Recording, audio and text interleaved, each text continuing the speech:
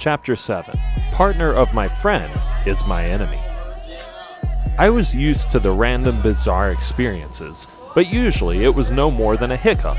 My dad would get the occasional crazy fan that had one too many. We would grin and bear it until the security came and did their job. But this was a non-stop freak show, and it was starting to become a little more than I could handle. The cameras snapped, catching us as we stepped through the double doors.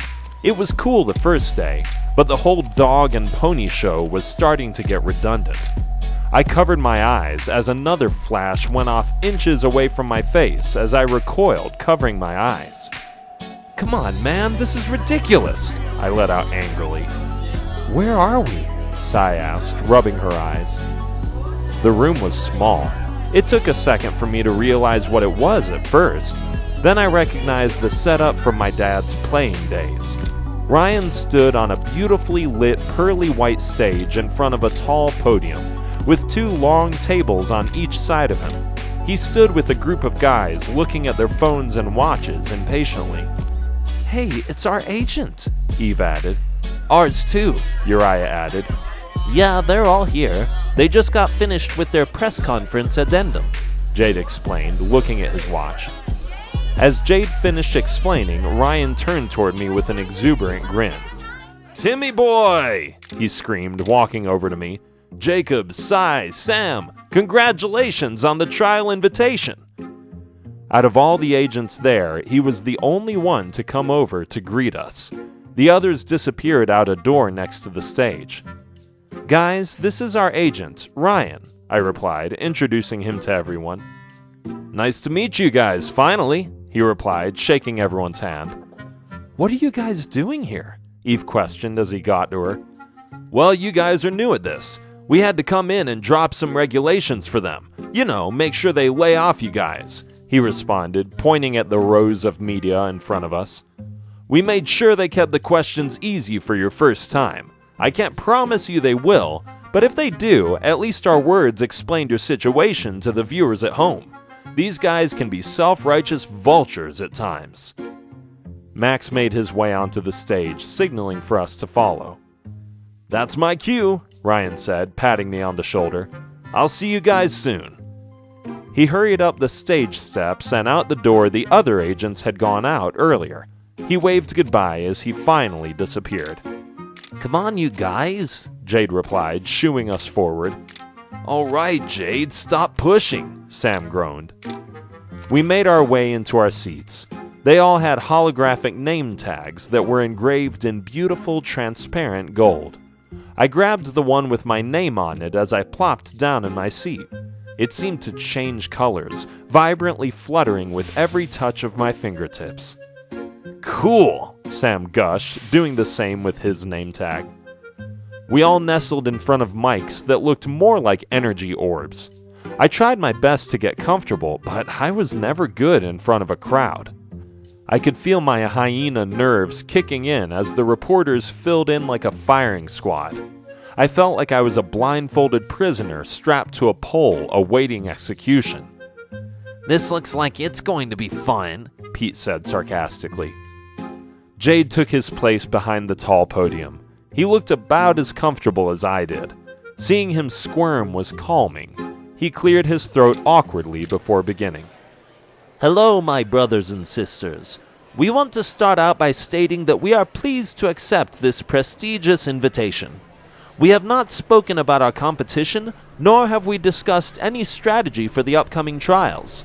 Everything is new to these guys, so any question pertaining to the trials or the heaven realm would be premature and would probably only draw an extremely basic response. You will have plenty of time to ask questions throughout the trials, so please be mindful of that as you ask your questions. Thank you," he explained, looking out into the crowd. The reporters typed on their watches as he spoke. They grumbled among themselves. After a few last-moment additions that struggled to find their seats, he continued. "Feel free to fire away," he asked, staring around the room. My pulse almost doubled. I didn't want to be the first one called. I had no idea if things would get better, but I figured the longer they waited, the less ammo they would have to spit. A low-pitched grumbling went around the room before a blonde woman with glasses rose to speak. "Mr. Addison?" she questioned sternly. She was cold. If she didn't look so human, I would have sworn she was another droid.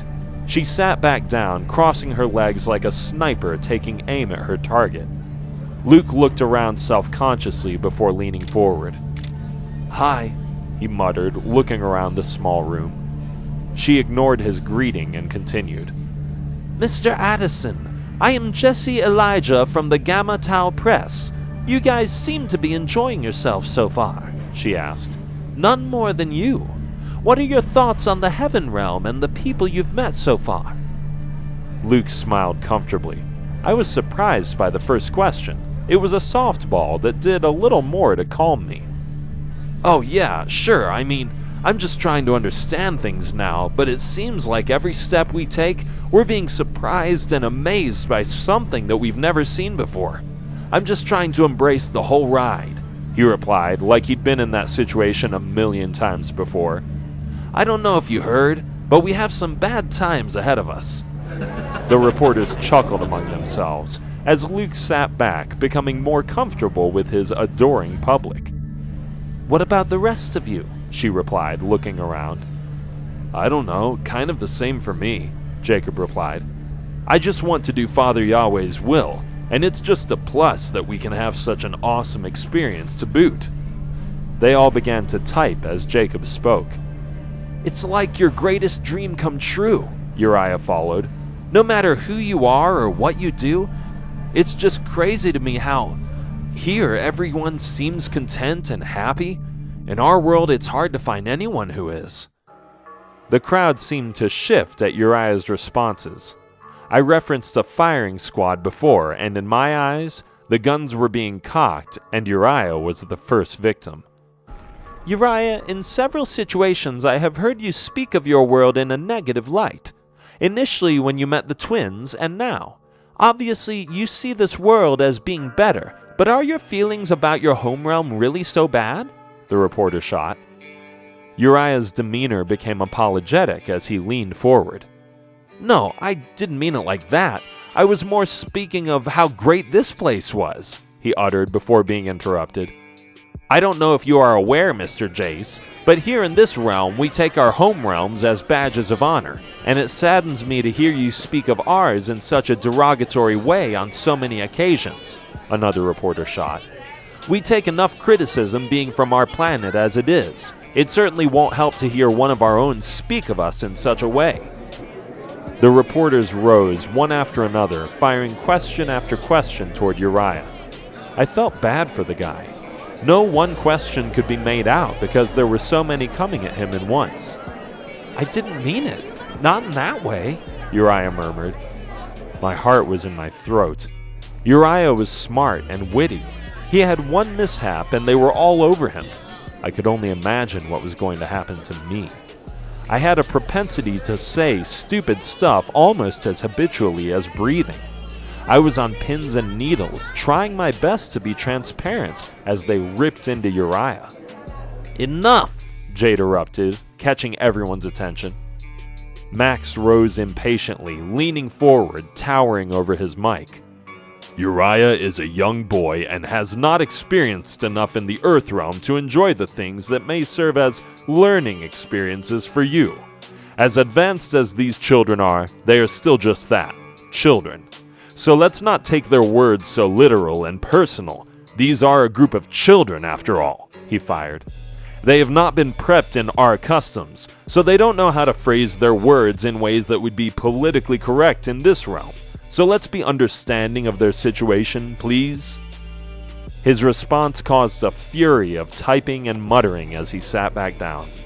I began strumming my fingers on the table in an attempt to stop the butterflies that were rising in me. After Uriah's first blood attack, it seemed like it was open season on us. My gaze slowly found the ringleading blonde reporter Jessie as she set her sights on Sai. "Sarai Hikari, you and Jacob came here with a leg up on the rest of your comrades. Some would say that instead of using those advantages to help your team as a unit, you two used those advantages to pad your own stats, she asked sternly. What is your response to those who would say that? Sai looked around the table, caught off guard. She fumbled in her chair before leaning forward. I'm sorry if any of my Legion mates took it that way. That was not my intent. When we arrived, I was scared. I didn't know what to think. I saw Tim and everything went blank for a while, Sai answered.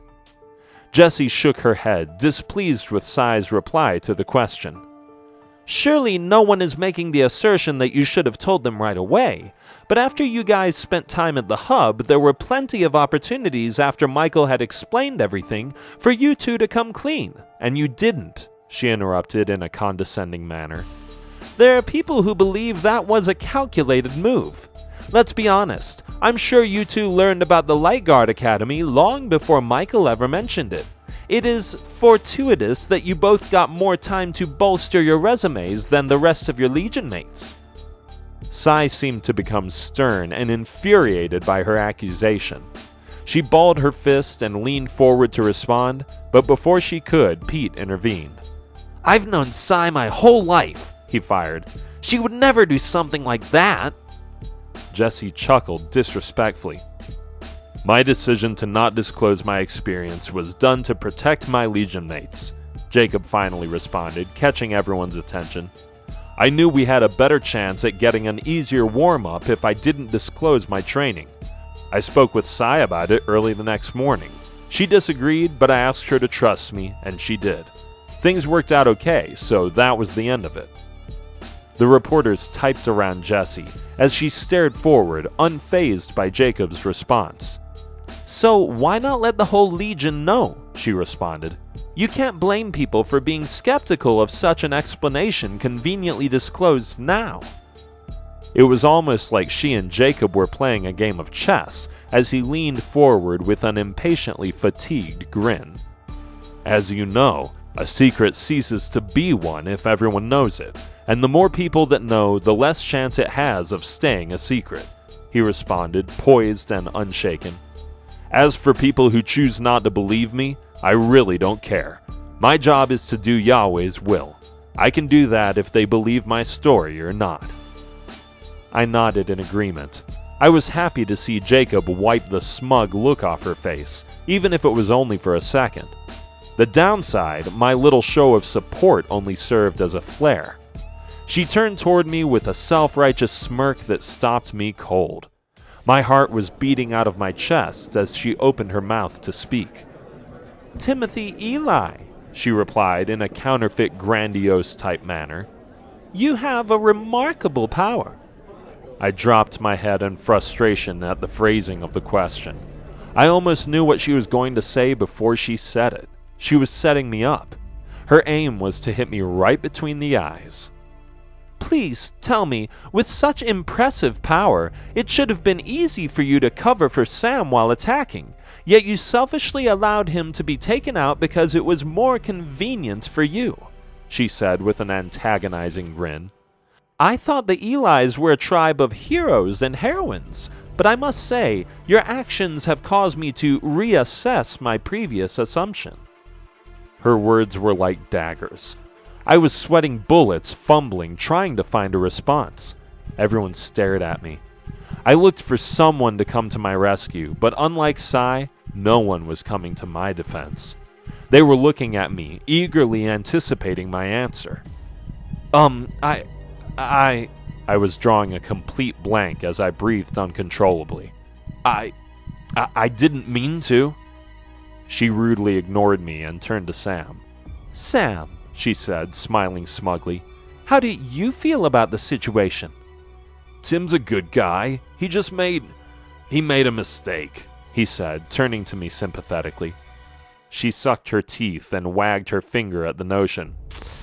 Your lips are speaking one thing, but your BAU is ringing another tune, she replied. I should let you know, Mr. Corazon, here in the Heaven Realm, we know when you're not being perfectly honest. I'm not lying, Sam replied. The crowd grumbled and giggled obnoxiously. Yes, and we're supposed to take the word of an earthborn son of Cain? said one of the reporters. Whoa, Jade replied, coming to Sam's defense. Are you serious with that comment? Is this what constitutes journalism in the 7th now? A vain bigotry. Oh, let's go to the bigot play, the reporter replied. You call it being a bigot, I call it bringing up relevant facts. Sam had a visible reaction to the reporter's words. I'm not lying, he repeated, more agitated. Jesse smiled like a Pied Piper. Can we please calm down? Max intervened, calming the crowd. Now, I will state this once. We will not be badgered. There were several legions that preceded us, and none of them had to endure the line of questions that are being asked. I know that this realm is not receptive to the majority of Earthborn legions, but this press conference is an embarrassment to the Heaven Realm and the Light Guard trials. The crowd erupted at the sound of his words. You can try to skirt the questions all you want, Maxiel, but hiding behind the bigot defense is not going to stop us from asking the questions that need to be asked, said one of the reporters. Jessie smiled, waving her hand to get everyone's attention. I apologize if you don't approve of my line of questioning, but I never stated that the young man was lying, she explained. I simply stated that he wasn't being perfectly truthful. There was resentment in his waves. I'm not mad at Tim, Sam replied, looking at me as if he was begging me to believe him. Tim has been a great friend to me. I nodded in his direction as cameras flashed. The room became unruly as reporters slung questions at us all at once. Bethany Tamila, is it true you're jealous of your sister? Evelyn Tamila, do you think you're setting a good example with your temper? Peter Selly, some believed your language during your time with Hans was inappropriate? The questions came one after another. We had no time to respond. Come on, you guys, Jade replied, motioning for us to exit. This isn't a press conference anymore. It's a zoo. I was out of my seat before he finished his sentence. They screamed questions as we made our exit through the door Ryan had gone through minutes earlier. Since you guys won't adhere to the warning that I put forth, we will make our exit, Max replied. We hope that our next press conference goes smoother. Thank you for your time and have a nice evening. I felt like I had just escaped with my life as the door closed behind us. As we emerged on the other side of the door, our outfits seemed to subatomically change from formal to more dressed-down versions of our uniforms. No one seemed to notice. I think we were so used to the technology that we didn't even care to understand why things happened. Either that or we were all still focused on the onslaught we had just endured. I felt safer in New Angeles. I looked over and realized I wasn't the only person happy to be out of that place. No one should have been happier than Sam, although you couldn't tell from looking at him. He looked like a kid defeated. I wanted to say something, but I didn't know what to say. As if the kid hadn't been through enough to have to go through such a humiliating spectacle played out for the whole realm to see. It was so unfair. How could Christians be like that? Eve muttered, visibly emotional. Have you been to church? Luke replied flippantly. Yeah, but I figured things would be different here, Eve replied. I know, they're a bunch of snobs, I added. I told you before you arrived here, only Father Yahweh is without flaw. I'm sorry if you thought these people would be perfect. They are not. They still struggle with prejudice, malice, and bigotry, he replied, shaking his head regretfully. They are good people, but even good people are not always open-minded and immune to doing bad things. Their hearts are not evil, and they don't struggle with lustful sin, but that just makes it easier for them to put themselves on pedestals and overlook their own bigoted pride. As you spend more time in this realm, you'll learn to deal with things and realize they're honorable people. They just have to warm up to you guys first. We all nodded, acknowledging his comments. What a day, Luke let out. When is this celebration?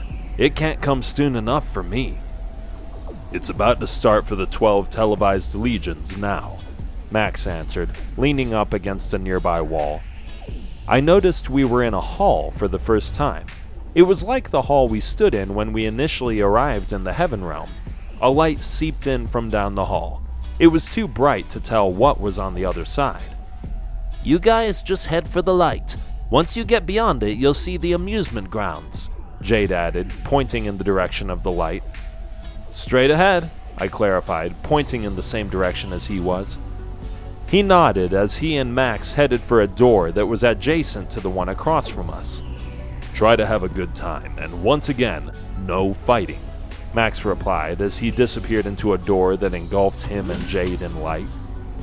We'll see you guys afterwards, Jade replied as the door closed. I started down the hall without prompting. I know, I uttered, heading into the light.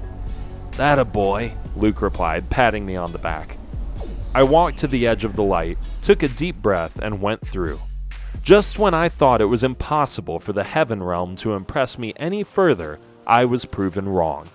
I looked at the amusement park, unable to fathom how anything could be so exquisite. Oh my gosh, Eve replied, covering her mouth. It's awesome, the twins let out, sprinting into it. We'll catch up with you guys later. Before they could get too far, Jacob flashed in front of them. He moved like a flickering light. I didn't even have a chance to blink, and he was clear across the yard. The twins stared up at him, startled. What? They let out. I know what you guys are thinking. Stay on the theme park grounds, or I'm going to hang you from one of these roller coasters like dice on a car mirror, he warned, pointing at the humongous ride that towered over us. Okay, they pouted in unison, moping off. Hey Jake, wait up, Luke yelled, flashing to Jacob's side. Where are you guys going? Sai grunted. They ignored her words and headed down a crowded street. The place was bigger than any amusement park in the Earth realm. There were too many rides, shows, nightclubs, and attractions to count. It was lit like a big city with beautiful colors and signs. I'm coming too, Uriah objected, walking over to the two boys. Eve stared at the boys with an agitated grimace before turning back to us to showcase how irritated she was. Those idiots, she muttered, annoyed, standing with her hands on her hips. Don't get into any trouble. We'll meet back up with you later, Luke responded. We're just going to scope out the scenery a little bit. The three boys waited like they were missing somebody. There was a moment of pause before Jacob realized he needed to act. Danielle, you down? Jacob asked, stretching out his hands. Luke smiled at the notion, showcasing an excited demeanor as he turned back toward us. I mean, I'm sure you don't want to hang around a bunch of kids all night, he replied. You look like their babysitter. Seriously, Jake? How embarrassing this must be for you. You said something rude right in front of us, I muttered sarcastically, mouthing the words in a dry, monotone voice. Yeah, what's the big idea, Jacob? You're not even a full 2 years older than us, and Luke's barely older than you, Sai cut in. You act like we're toddlers or something. Shut it before I tell Tim and Pete about the blanket you sleep with, spaz, Luke cut in. Sai shook her head, staring at the boy angrily as he and Jacob chuckled playfully. Luke, you lying rat? She shot, embarrassed. Jacob ignored the exchange and once again turned to Danny. I promise it'll be fun. You said you want to hang out with kids your age? Well, let's have some age-appropriate fun, Jacob cut in. She evaluated the scene and seemed to be taking an inventory of her situation, and it looked like our side lost in a landslide. She shook her head as if to be choosing the lesser of two evils. She sighed, relenting, then ran to catch up with them. As long as the idiot keeps his mouth shut, she replied. Luke stepped in front of Jacob, causing the girl to stop cold. If it'll allow me to hear more from you, gladly, he replied, startling the girl. It took him a second to absorb the girl's true maturity and wrap his mind around the Heaven Realm concept of age. Soon after he went into Luke mode, Luke and Jacob were masters when it came to courting, and from the moment Luke saw the new Danny, she piqued his interest. She was still used to their bickering relationship, and she was shocked at how quickly the boy turned on the charm. She stared at him, confused. What? She stuttered, unsure of how to take the boy. I said I think you're beautiful, Danny, he shot, walking toward the girl. "And if spending a night with you means I have to watch my tongue, consider it done." She stared at him, then back at Sai. Sai rolled her eyes and stuck her finger in her mouth, imitating a gag. Eve shared her sentiment as me, Sam, and Pete watched in awe of his control of the girl's demeanor and emotions. Danielle stuttered, still stuck on the boy's words. She stared at him, unable to fight the feeling that came over her. She could feel herself become flustered. Her demeanor was begging him to look away, but he wouldn't. His piercing eyes burrowed a hole in her, refusing to cower. He was so good looking. She hated herself for recognizing it, and she hated herself even more for being entranced by him. She couldn't find the words to say what she was thinking as the boy continued stepping closer to her. "This is what you wanted, right?" he shot, showcasing a dimpled smile that knocked her for a loop. "I mean, we'd make a cute couple, do you think? I'm not half bad, and you're a knockout." Her words caught in her throat. Luke moved even closer until he was inches away from the girl's face. She sputtered, turning to Sai and Eve for help. Sai once again disagreed, giving the naive girl a thumbs-down signal. Sai witnessed Luke's head games for years. She hated how easy it was for him to wrap girls around his finger, and she could tell it was what he was doing. "Danny, he's a playboy," Sai shot via BAU. "He's only after what he can't have. Take it from his sister. The kid trades girls like he trades shoes. Don't fall for it." Danny forced a steely demeanor, nodding in agreement as she shoved the boy backwards. "Too bad those looks don't come with a brain," she shot, dismissing his boyish charm.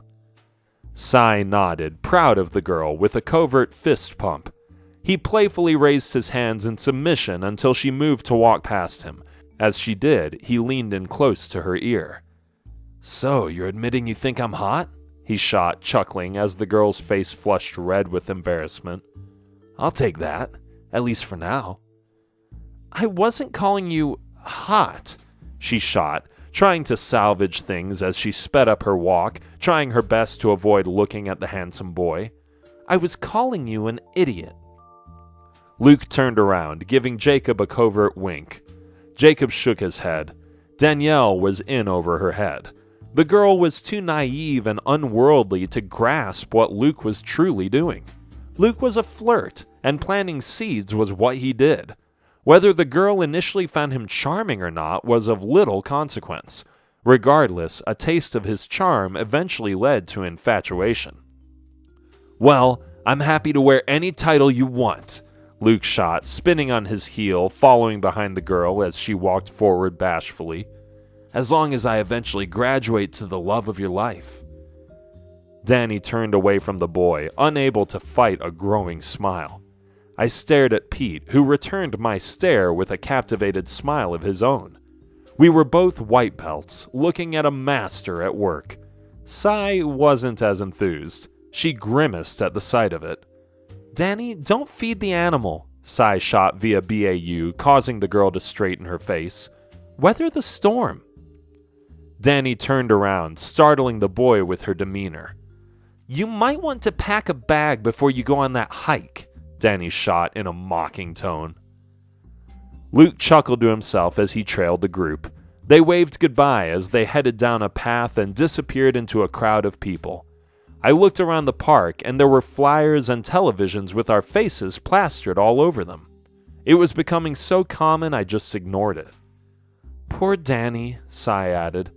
"Luke is going to be poking the girl all night. I hope she can stay strong enough to resist him until we meet up again." Eve nodded, agreeing with her sentiments before continuing. "So, what do we do now?" she asked.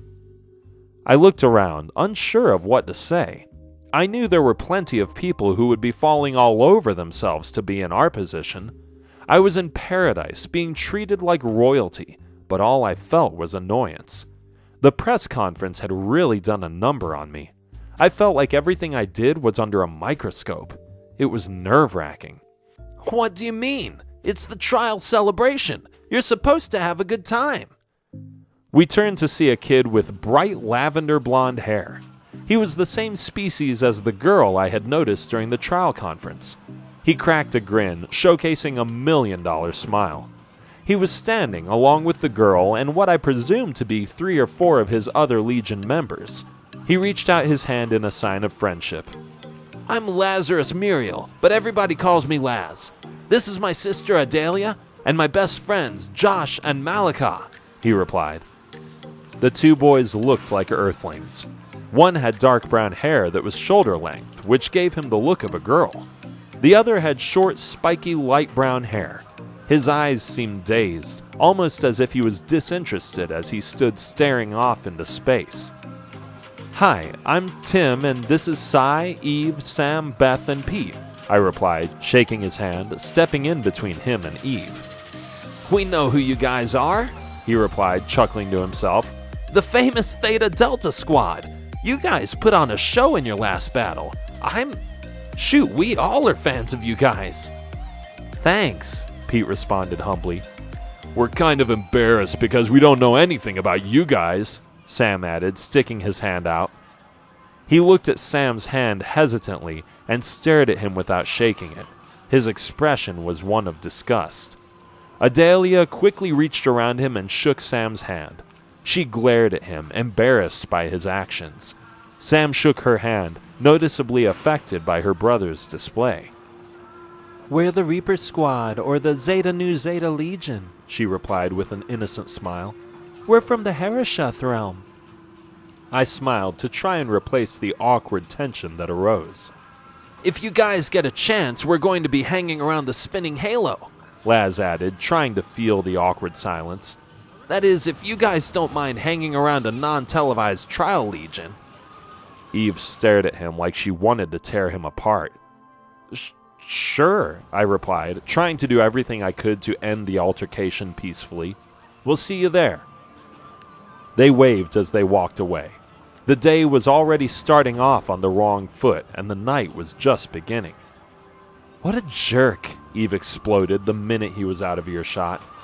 "Yeah," Sai agreed. "I would give anything to find one of these people who had an ounce of class." I shook my head, motioning that I agreed with her statements. Sam stood speechless with his hands in his pocket. "Let's try some of these rides," I said, trying to shift the focus from what just happened. Everyone seemed to perk up at the sound of my words. "With all these rides, if we want to try them all, we had better get started," Beth pointed out. "Yeah, let's start with this one," Eve replied, pulling me in the direction of a huge ride that was positioned in front of us. Her fingers were soft. Her pull was just enough to let me know she was serious. I smiled, reluctantly trying to maintain an aloof appearance. "Sure, let's do it," Pete replied. "You up for it, Sai?" Sai shrugged her shoulders indifferently as they followed us. She stared at Eve and I, unable to quell the jealous feelings that built in her. Our relationship since our return from training with Jade was eerily similar to the relationship between me and her. It made her uncomfortable. She stared as Eve showcased a willingness to be intimate and flirty with me in ways she would never feel confident enough to exhibit. She fought the jealousy in the pit of her stomach as she turned to Pete, showcasing a joyful demeanor, trying her best to enjoy her night despite her reservations. "Why not? It's not like it's going to kill us," she replied jokingly. "I mean, we have skydived from the top of a strange planet, fought demons, and went to a literal hell. I think our fear threshold might be a little advanced for a 90-degree drop." We all stopped, taking a second to digest Sai's words. It made sense. I stared around the park, noticing something was amiss for the first time. In the time I spent admiring the park, I never noticed I didn't see a roller coaster. The buildings were made up like an amusement park, but they all looked like small attractions instead of the normal run-of-the-mill rides. Sam took the words out of my mouth. "I'm sure they've made the super," Sam replied, standing with his hands on his hips, staring up. "Let's do it." We followed a line trail to the front of the ride. A droid stood at the entrance, greeting passengers as we approached. "Is this where the line starts?" Eve asked, turning to the android. "Yes, Miss Tamila."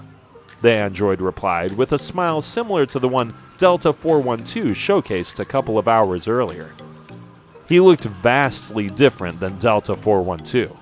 While Delta 412 was the spitting image of a human being, this android was covered with latex-like skin, with sockets that were covered in a weird, hard-looking silver liquid.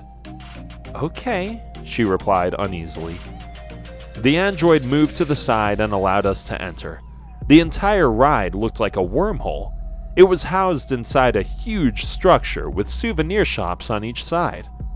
"Why is it so empty?" I replied, turning to the android. "I expected more of a crowd." The android turned with an expressionless robotic demeanor. "Yes, well, this reality was created specifically for the trials," he replied. "The reality is only active during the trials, and only the chosen trial legions are admitted." I nodded, approaching the structure. We waited in line as a couple of legions hopped on. I hoped we wouldn't be recognized as we made our way to the entrance to the ride, and luckily, we weren't. "So, how are we going to do this?" I asked, turning toward everyone. Eve showed a bashful smile. "Well, it's a tube capsule. It only holds 2 at a time," Sai replied, assessing the situation. She looked at Eve, and their eye contact was a dead giveaway. They were obviously speaking with each other, and my guess was it was through BAU. I stood impatiently as a smile cracked on their faces. "Tim!" I heard ringing in my mind like a thought in my own brain. It was Pete. I struggled to respond and keep a straight face. "Yeah, what's up?" I replied. "You have got to help me out!" he exclaimed. I nonchalantly looked over. He was bent over, pretending to tie his shoes. I dropped to my knees, following his lead. "You mean with Sai?" I replied. "Yeah, put us in the same capsule," he demanded. Why would it be any different from you setting it up?" I groaned. "It's not as obvious," he replied. "Well, after about 5 years of using the non-obvious approach, I think it may be time to try a different one," I poked. "Come on, Tim, help me out," he begged. "I'll do it," Sam chimed in. I looked up as he stood staring around in a horrible attempt to be transparent. "Sam, how can you hear us?" I replied. "You guys never restricted your conversation. If it wasn't for me, every person in this room would be hearing it," Sam replied. "Thanks," I replied, relieved. "Thanks for what?" Sai pressed, staring down at me as I winced in embarrassment. I didn't want to look up. My words were audible, and now Eve and Sai's attention was fixed squarely on me. I stood up with a cheesy smile and pointed at my shoe. I got a stain on my shoes," I replied. "I was just saying it, sarcastically." Sai looked at me, unconvinced. "There's no stain on your shoes, Tim. What do we look like, idiots?" she replied. "You were using BAU." "What?" I replied, trying to sound offended. They both glared at me in an attempt to force me to come clean. "Okay, but so were you guys," I fired back. They made the same offended face as I did. I replied, mimicking their earlier glares, invoking laughter as they relented. "Well, I guess we both need to come clean," she replied. They both looked at each other like they were gaining a consensus on what to disclose and what not to. "We were just trying to figure out how we would ride," Sai replied, her face blushing from embarrassment. I acknowledged her confession with a playfully sarcastic nod. "Yeah, us too," I replied. "What did you guys decide on?" They stood with a hesitant demeanor. "Well, it depends on if you guys want to make it romantic or not," Eve pressed, averting her eyes as she mouthed the word. Almost everyone in our group became flustered at the sound of her words. It was like we were all realizing we were perfectly paired for the first time. I stood next to Eve, Pete stood next to Sai, and Sam stood next to Beth. It was almost like everyone subconsciously started to move into neutral area zones at the sound of Eve's words. Sai lowered her head, staring awkwardly at me before forcing a chuckle. This is so weird, she shot, rolling her eyes, trying to thwart her rising embarrassment. Tim and Pete are like my brothers. So are you trying to tell me you don't think either one is cute? Eve pressed, showcasing a slight eye roll. Sai looked at Eve like the girl had just thrown cold water on her. She wanted to speak, but no response at the time would be good enough. No, I mean, I've never, Sai uttered, sputtering to explain things. Don't try it, Eve continued. They're obviously cute guys. You're trying to tell me you never noticed? And even if that is the case, Sam's not like your brother, is he? It was as awkward could get. We stood as the two girls went back and forth like they were still speaking via BAU. They spoke as if we weren't standing there. Sai, if they are truly like your brothers, what harm is there in saying they're cute? Eve continued, strumming the girl's awkwardness like a maestro. I mean, Luke's your brother. I'm sure you can see how good-looking he is. Why is this any different, Missy, huh? Sai's embarrassment was obvious. The flustered look on her face was a dead giveaway. I couldn't stand to see her squirm. I lowered my head and intervened to save my friend. Eve, cut her some slack, I cut in, coming to her rescue. I'm sure it would be just as awkward for her to say she thought Luke was good-looking if he was standing in front of her. It just feels weird. Not just for her, but us as well. Give her a break. Eve stared at me side-eyed in a cynical manner before turning the focus of her questions on me. Okay, I will. I'll pose the question to you then. Do you find Sai attractive? Eve pressed in a goading manner. I stared Eve in the eye, unrepentant, without a hint of embarrassment in my statement. Of course I do, I shot, causing Sai to blush uncontrollably as Eve stared at the girl, unable to fight a chuckle as I continued. I'm her friend. I'm not blind, and neither is Pete. I turned to Pete, laying it up for him to intervene. Yeah, she's obviously a pretty girl.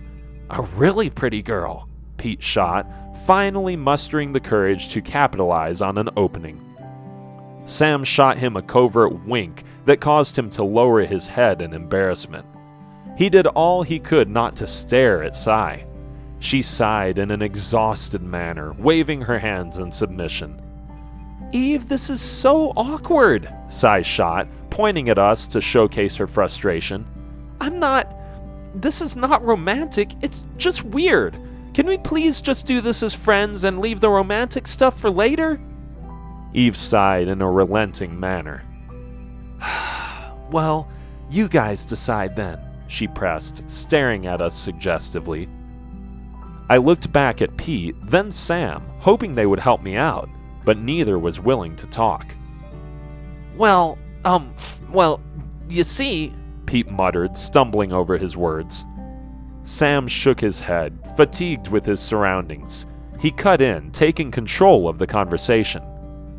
Well, we figured Tim would go with Eve, Pete would go with Sai, and I would go with Beth, Sam replied, jumping in to save me. That's if you don't mind, Beth. Beth's face blushed as red as an apple as she shrugged indecisively. Pete stared at the ground, trying his best to fight back the urge to smile. I don't mind, she replied timidly. I mean, if you don't. Sam smiled, walking over and standing next to her. Nah, it'll be fun, he replied, trying to mimic Luke's charisma. I think we make a nice couple anyways. It was a terrible attempt to mimic the magnetic charisma Luke showcased earlier. Beth chuckled, humoring the boy, but falling under his charm wasn't something she saw as a real threat. Eve wasn't so amicable in her stance. She stared at the boy like he was a tick on a dog's ear. Sam, don't make me screech you deaf for the rest of the night, Eve intervened, cutting her eyes at the boy in a warning manner. Seriously, don't try any of Luke's sleazy crap on my sister. Sam raised his hands in a conceding manner as Eve shook her head in annoyance. Well then, that aside, is everyone else good with the arrangement? Sam continued, surveying our faces. A feeling of embarrassment rose in me as Eve's face soured at the sound of Sam's words. "Well, don't look too excited," I said, trying to ease the feeling of embarrassment. "No, it's not that," she replied, walking over to me. "I just figured since Sam and Cy know each other, and Pete and Beth know each other, it would be better if they paired off like that." Pete's giddy demeanor quickly changed. He looked as if someone had hit him in the stomach with a fastball. Tim, I'm trying to play Cupid with my sister and Pete," Eve shot through BAU. I concentrated, trying not to be obvious as I fought to keep a straight face and reply. "Okay," I replied, nodding. Eve winced at my display. I cringed. "Tim, why are you nodding?" Cy interrupted. Eve stared at me in a warning manner. Nothing, I was just thinking about something," I replied, peripherally staring at Eve. Eve turned to Cy with a wink, causing her demeanor to change. "Oh, okay," she replied. Pete and Sam looked at each other, confused. "But yeah, I figured that would be okay. I mean, if you guys don't mind," I replied, turning to them. Sam looked at me in a perplexed manner. Pete looked like he wanted to tear me apart. "What are you doing?" he replied through BAU. "Will people stop trying to speak with me through this BAU crap? I obviously suck at it," I fired. "Regardless, Eve thinks Beth likes you. She wants to play Cupid." "What are you talking about?" he replied. "Beth doesn't like me." "I don't know," I replied. "But we can't keep talking like this. It's going to be too obvious." "No, it won't. What do you think, I'm an idiot?" he replied. "I've stopped time." I looked around and realized for the first time we were the only two people moving at normal speed. Everything else was stagnant or moving in slow motion. "Oh, okay," I replied, moving my hands back and forth in front of Cy's and Eve's faces to see if they were really unresponsive. After I saw the coast was clear, I continued. "Anyways, I said yes because I figured you couldn't look like a bigger jerk. What was I supposed to say you were going to do? Shoot down Cy's best friend's sister in front of everyone? Besides, you have to admit she's cute and really smart. She literally appears to be a female version of you."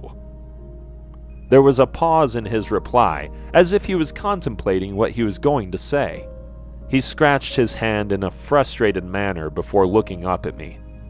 "Look, I obviously can see the girl is pretty, but as I said in our room, my attraction to Cy goes so much deeper than that.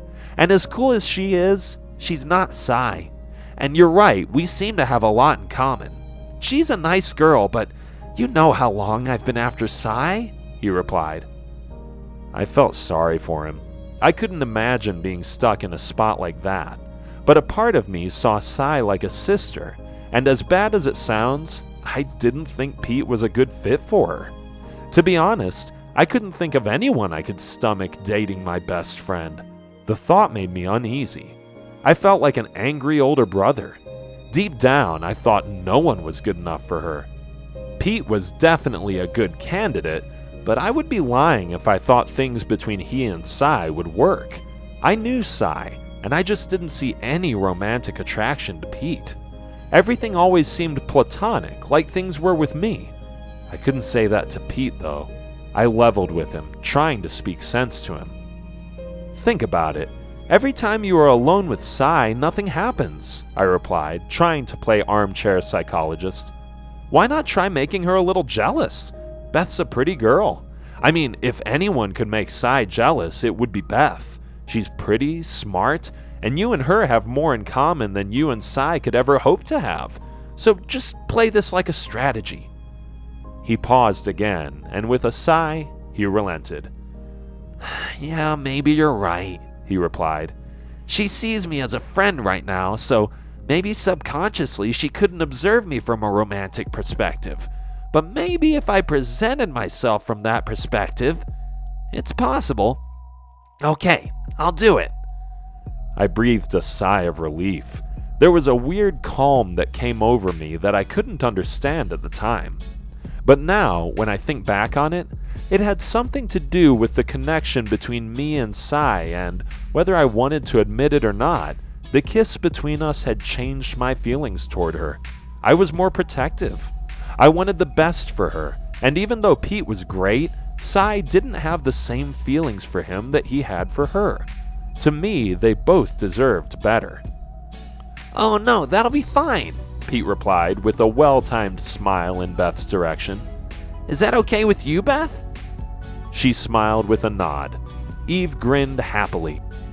"Well, we've spent a month together. Why not another 10 or 15 minutes?" Beth replied jokingly. "You can teach me some of the techniques you've learned." Pete chuckled as he made his way over to her. "Great," Eve gushed. "So, Tim and I will go together, and Sai and Sam will be paired together. I mean, just for the ride." "Of course," I replied. "I mean, that goes without saying." Everyone motioned that they agreed, standing next to their assigned partner. "You just couldn't stay away, could you?" Sam joked, making kissing noises in her direction. Sai rolled her eyes, extending her arms to impede his progress. "Sam, if you annoy me on this ride, I won't hesitate to throw you off of it," she joked sarcastically. "Next up," said another android as the door to the capsule opened. "Okay, let's go," I muttered. A cranking sound ushered in the first capsule. I stepped to the side in a cheesy attempt to be a gentleman. I allowed Eve to board the capsule first. She acknowledged my playful gesture with a curtsy and went in. I smiled and tipped an imaginary hat to the rest of the gang. "Get in the thing," Sai said, giving me a playful shove. "Hey, I'm going," I replied with a playful smile. "See you guys on the other side." She returned my smile as I stepped in. The door closed behind me and morphed into a flat surface. I had no idea how we were going to get out, but considering my company, I didn't think I would have minded if we ever did. The inside of the capsule looked like a spaceship. I walked up and down the aisle of it and saw Eve sitting in the captain's chair. She looked back with a smile, motioning for me to sit in the open seat next to her. I jogged over and sat down as she leaned forward and pressed a couple of numbers on the computer. I couldn't tell if she was playfully mashing buttons or if she knew what she was doing. "Woohoo! Let's get the show on the road!" she let out as we shot forward. I cringed, covering my ears as her sonic power made the whole capsule tremor. "Eve, you might want to check the volume," I said, pulling my fingers out of my ear. "Oops, sorry," she said, covering her mouth. "Still haven't got used to it yet, huh?" I questioned, staring out the window. "No, not yet, but I'm getting better at it," she replied. We soared through a wormhole, dodging light bodies as if something was pulling us toward it. The force was so strong that I couldn't move if I wanted to. I was planted against the back of my seat. "Are you doing this?" I asked, fighting to sit up as the capsule picked up speed. She looked as frightened as I did. "No, I was just joking. I wasn't really pushing down on any of them. It's doing this on its own," she replied. We continued to dart at a blinding speed, then, as suddenly as it all started, everything stopped. We didn't feel a jolt or anything to accompany the sudden change in momentum. We were riding at a blazing speed, and out of nowhere, everything was still. I fought to sit up, then looked out the window. "Where are we?" she asked, following my lead. There were rows of capsules in front and on both sides of us. I tried to use my enhanced vision, but for some reason it wasn't working. "I can't use my anointed vision," I replied, confused. "Really?" Eve replied. "Let me see if our elemental power is still working." Wait, I interrupted diligently. "Let's take it easy. This thing isn't that big." She nodded bashfully, then continued. I covered, bracing myself. She let out a slight whistle that wouldn't have knocked over a standing pin. "Yeah, elemental control isn't working either," she replied, jumbled. I rose from my seat and ran my fingers along the ship's exterior. "I think this is anointed metal," I replied. Jade told me about this stuff. It has the ability to stymie our abilities. He said it was the metal they use to imprison the Watchers. Outside of our metaphysical abilities, we can't use our powers.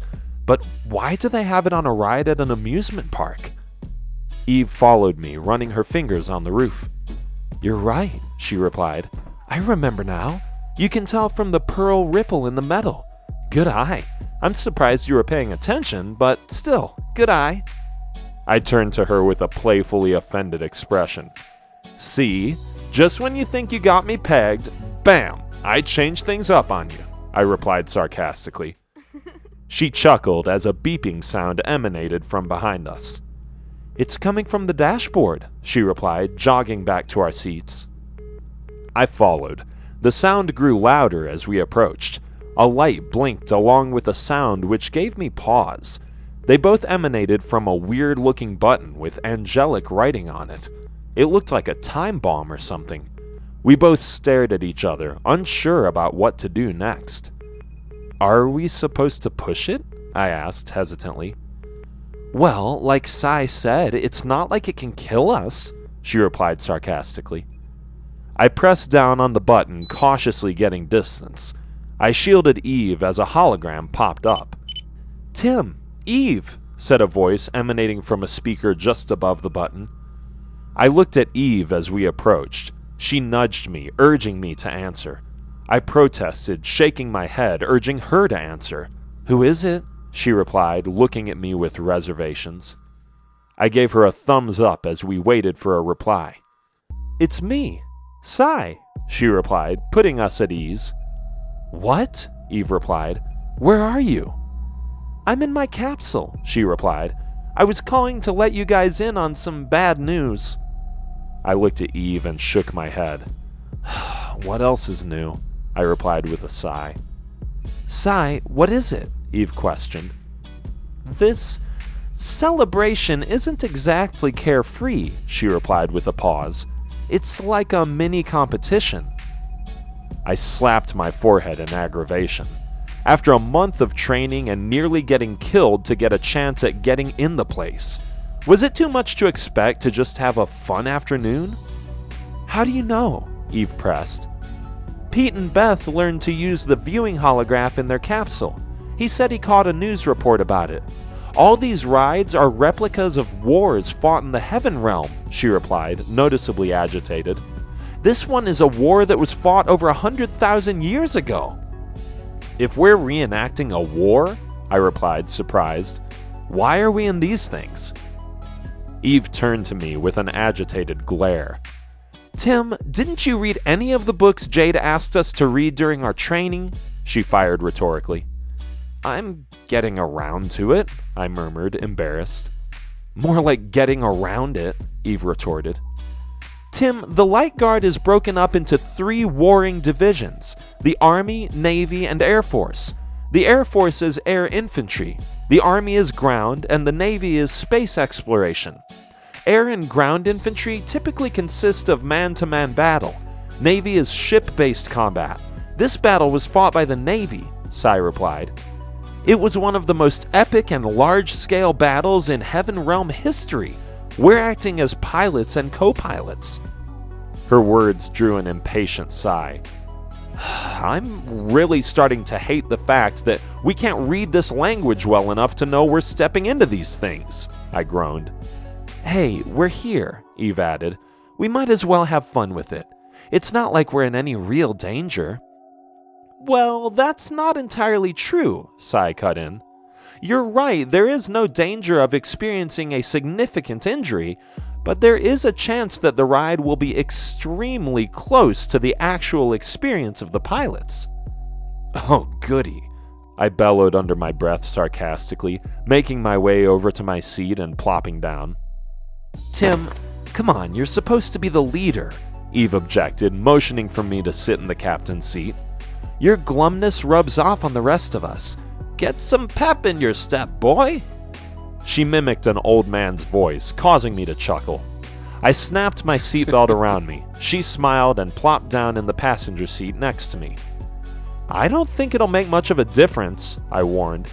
I mean, it's not like we know how to use this thing.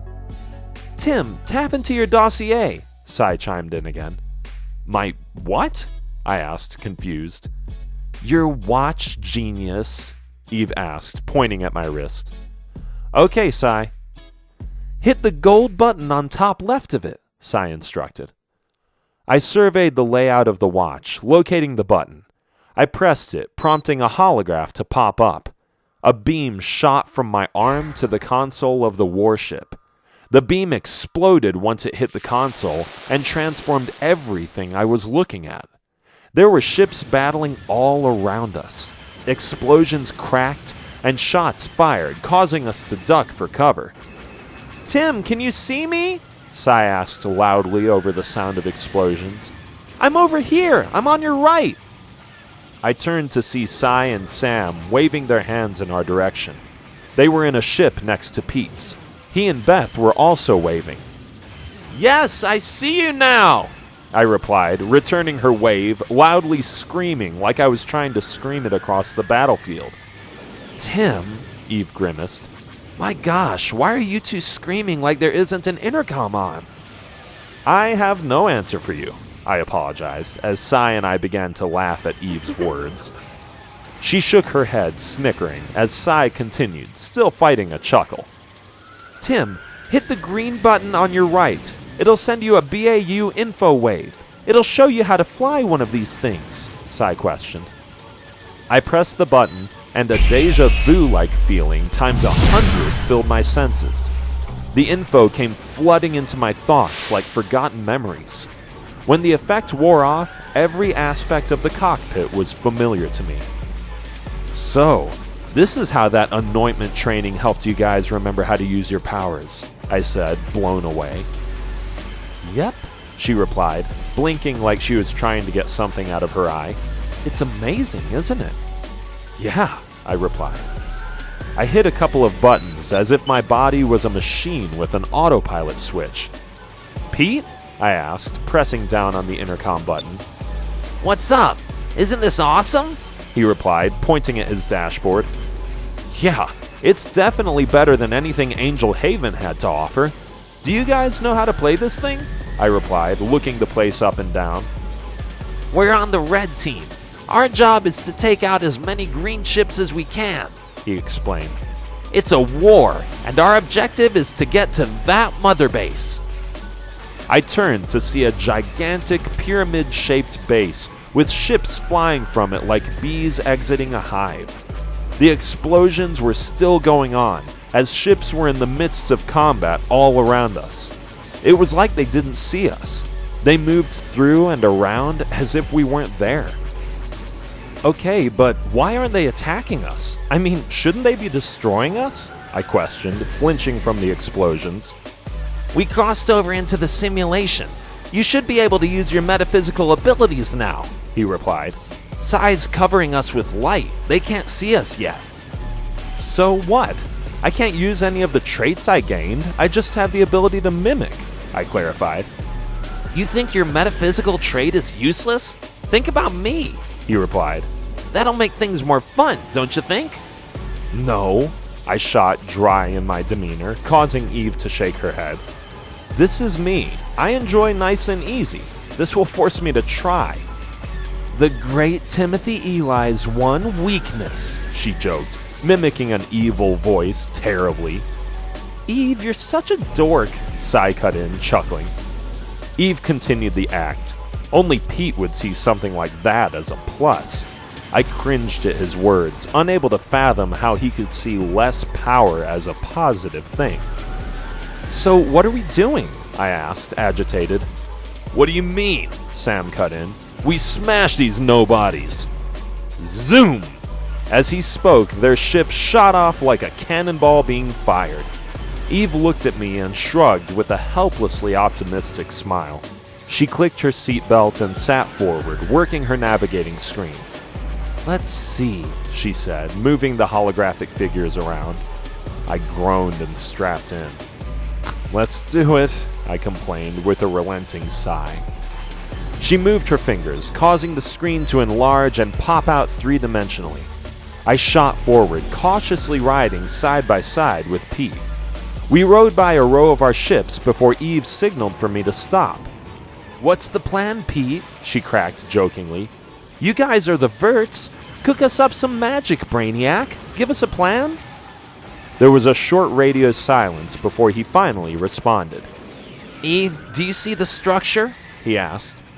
"Yes, I'm looking at it now," she responded, tapping on the holographic model, causing it to take the form of a huge pyramid. "The structure is bottom-heavy. Most of the fighters are coming out of the holes at the top, which means the cogs or working parts of the pyramid are probably at the bottom where they can be protected by the shielding layers. That means its central hub is probably in the very center," Pete continued, thinking out loud. "That's probably why the simulation scheme centers around making it to that base. The actual pilots probably had to get inside. As far as what it means for us, look, the striking units are going to try to draw fire away from those cogs. So that's our best route. We stay in that pocket and watch each other's back. We're in heavy traffic right now. We're going to have to draft on the tail of some of our own ships until we get close enough to make a break for it." "You figured all that out from looking at the structure?" Eve replied, staring at me in disbelief. "All I could think about was how closely it resembles the design on my shirt." I placed my hand on hers in a patronizing manner. She shot a cynical stare before cracking into a chuckle, and I wholeheartedly appreciate that contribution. "And so should you," I shot, joking sarcastically. "Pete, it's only fair that you give Eve equal credit if this works out. It's only fair." I could hear the girls laughing on the intercom as Eve cut me off. "You done, comedian?" she shot, shaking her head, pretending to be agitated. I shrugged, motioning for her to continue. "Seriously, that plan's awesome, Pete," she shot, continuing with no filter. "Don't take this the wrong way, but I hated you in pre-algebra class.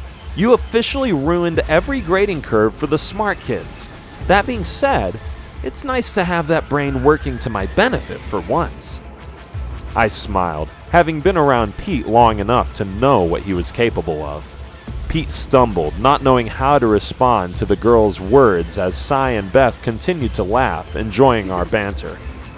No problem," Pete replied, uneasy. "Anyways, I'm pretty sure they're not dumb enough to leave that pocket open, so we'll probably have to face some resistance. Tim, your ability to counter on the fly makes you the ideal leader in our attack, so you take point. Cy and Sam will play belly, and we'll work the tail. With you and Sam being close to mid-range thinkers, at least one of us should be able to make it through." "All right," I replied, gearing up to fly.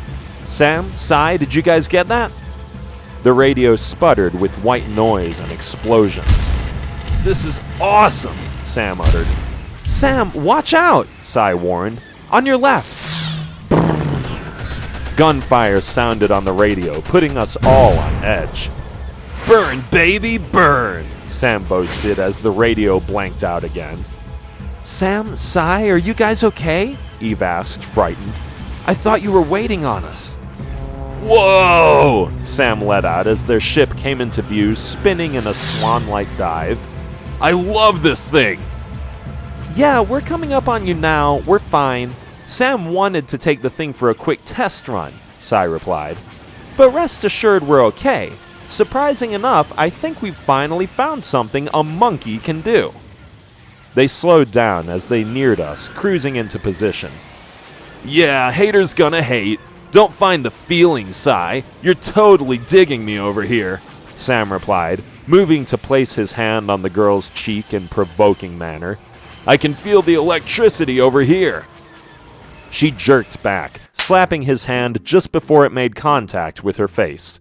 We heard a small bit of static on the radio before Cy's voice broke in again. "The only electricity between us is the electricity I'm desperately trying to build up to shoot you," she shot, causing Eve to cover her mouth, giggling to herself. "And it's fight the feeling. That's fight, as in what we're seconds away from doing if you reach for my cheek again." I peered over into their ship. He was smiling from ear to ear. He was eager to resume his assault. He bounced in his seat like a chihuahua in a kennel cage. "What happened?" I asked, looking them over. "Sam happened," Sai replied. "He's ridiculous in this thing.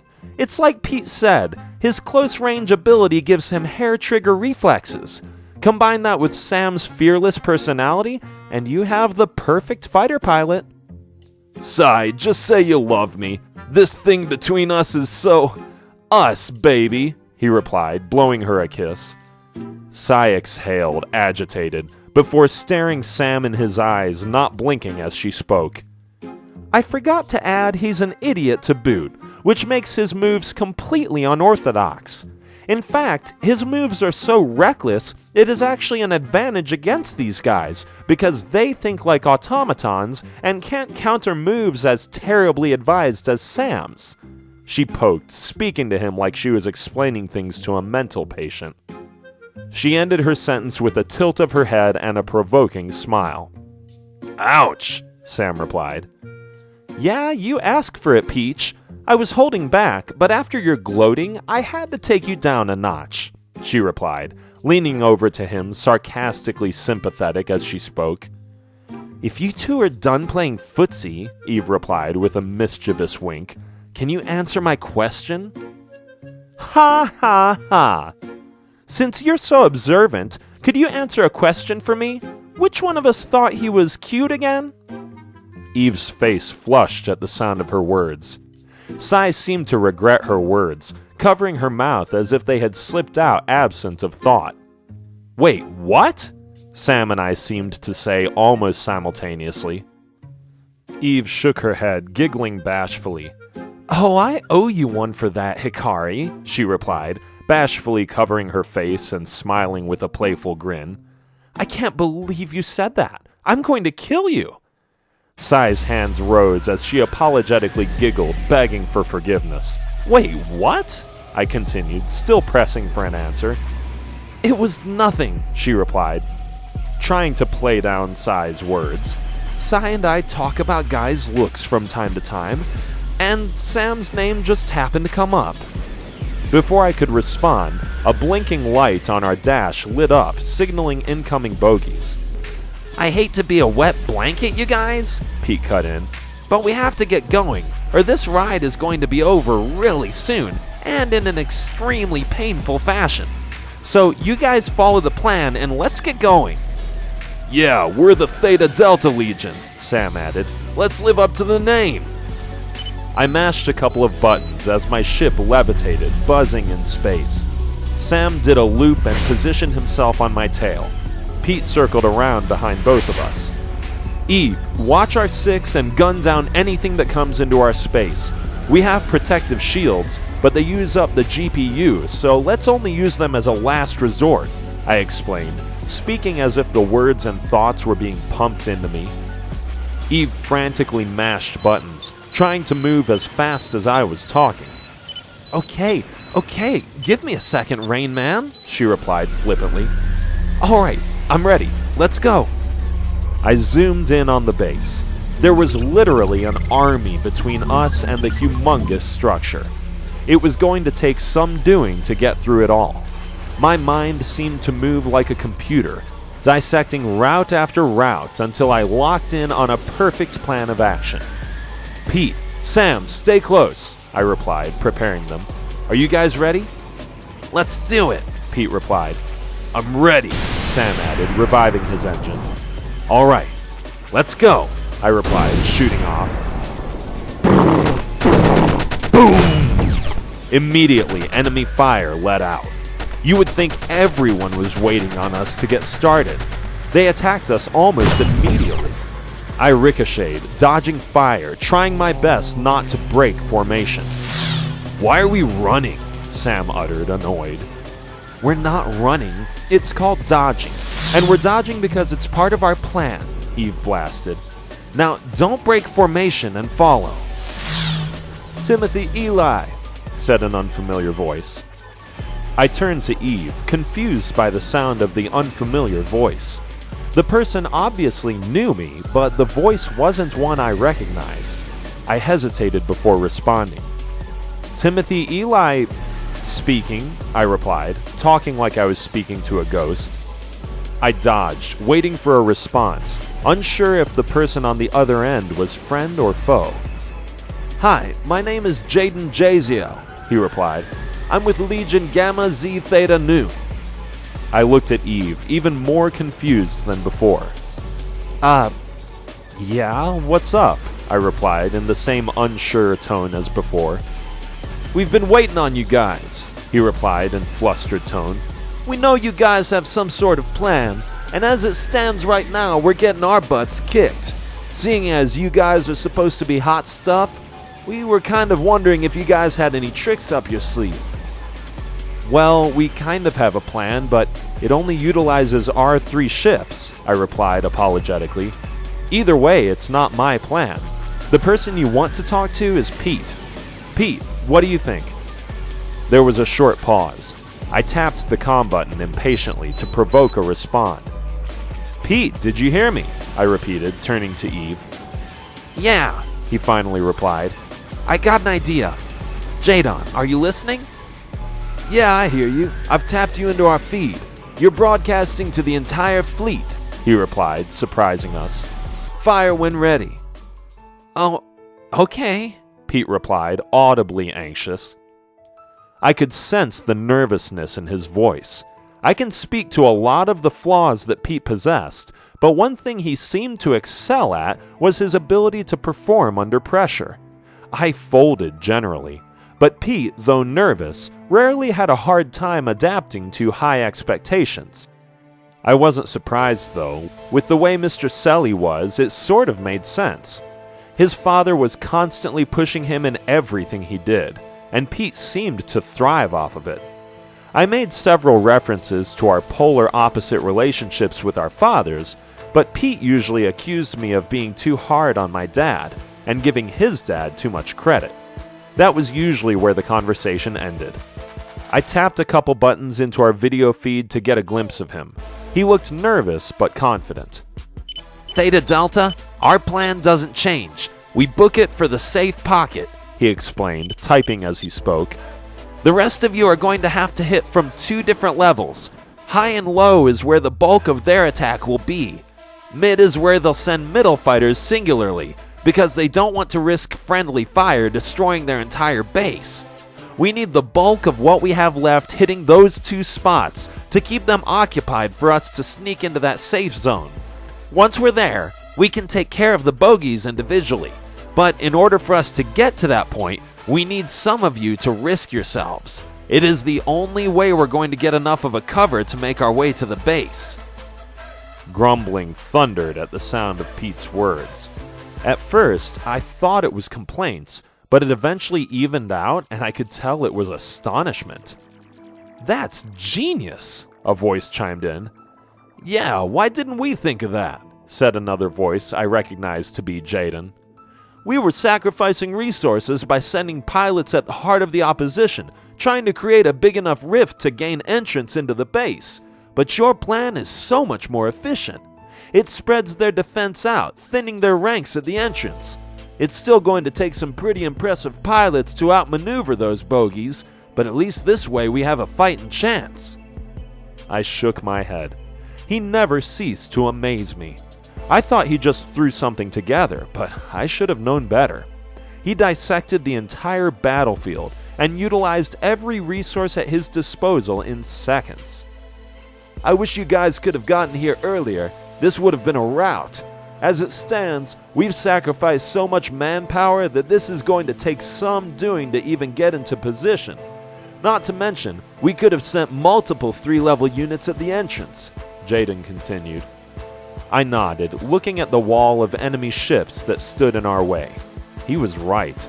It was going to take some doing for one 3-man team to make it to that base. Not necessarily, Pete intervened, surprising us all. This may work to our advantage. They think we're done for.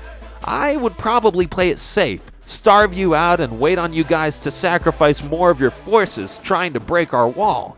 But judging how this guy is sending out small battalions at a time, he doesn't just want to win, he wants to annihilate us. That means he'll be impatient and irrational. He'll give us more than enough time to set up, and he'll attack us once we set up. Trust me, this'll work even with our thin forces." "What's your name again, kid?" said a voice. "Pete? Peter Sally," Pete replied nonchalantly. There was a momentary silence before a dry chuckle echoed throughout our ranks. "I'm glad we don't have to face this kid in the trials," said another voice. "Yeah, how old is this kid, 12 or 13? Can you imagine the head that's going to be on his shoulders when he actually understands what he's doing?" said another voice. "Yeah, he has the mind of a general," said yet another voice.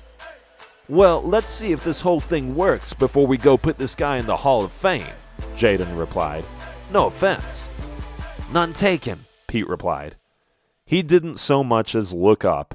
He was too busy plotting his next move. That was Pete, always 10 steps ahead of everyone else. "Let's get this thing on the road," Sam chimed in. "Okay, you guys heard the kid. My Legion and I will take the low sector. We'll give cover fire as you guys get into position. Gad, you and your Legion will lead the high battalion. Penny, you and yours will join me on the low level. Everyone else will fall in behind us on any level you feel comfortable fighting at. Get maximum spacing. We need them spread thin, even if it means sacrificing some of our resources. We may be opposing legions starting tomorrow, but at least tonight our focus is to work together and have fun. So let's do it." They all moved, maneuvering into position. Our engines revved. "Woohoo! All right, Pete," Eve let out, throwing her hands in the air. "Yeah, good job, Pete. You're amazing," Sai seconded. After her words, he finally stopped to fight back a smile. "Thanks, you guys," he replied bashfully. "But like that guy Jaden said, we have to win first." "Well, that's what me and Tim are here for," Sam added. "Ain't that right, Timbo?" I had forgot how annoying Sam could be when he was cocky, but to have him back, even if it was just for this simulation, it was refreshing. "Hey, you want to play hot shot? Have it. I'll aim low and keep my expectations in check, just like I always do," I agreed, smiling with a wink toward Eve as she rolled her eyes. "Wow, that was inspired," Eve shot in a cold, joking manner. I bowed, feigning an acceptance of her words. "Our fearless leader, ladies and gentlemen," Sai shot, as the intercom erupted in laughter from the remaining members of Simulation Squad. We shot forward, banking and dodging as fighting erupted all around us. I saw a small air pocket in the middle of the battlefield. "This is going to be a tight fit, you guys," I muttered, heading for it. I banked around 2 battling ships and shot through the opening. "Theta, you guys have some company. I tried to cut them off, but they got loose. I intercepted some chatter. I don't think they know what we're up to.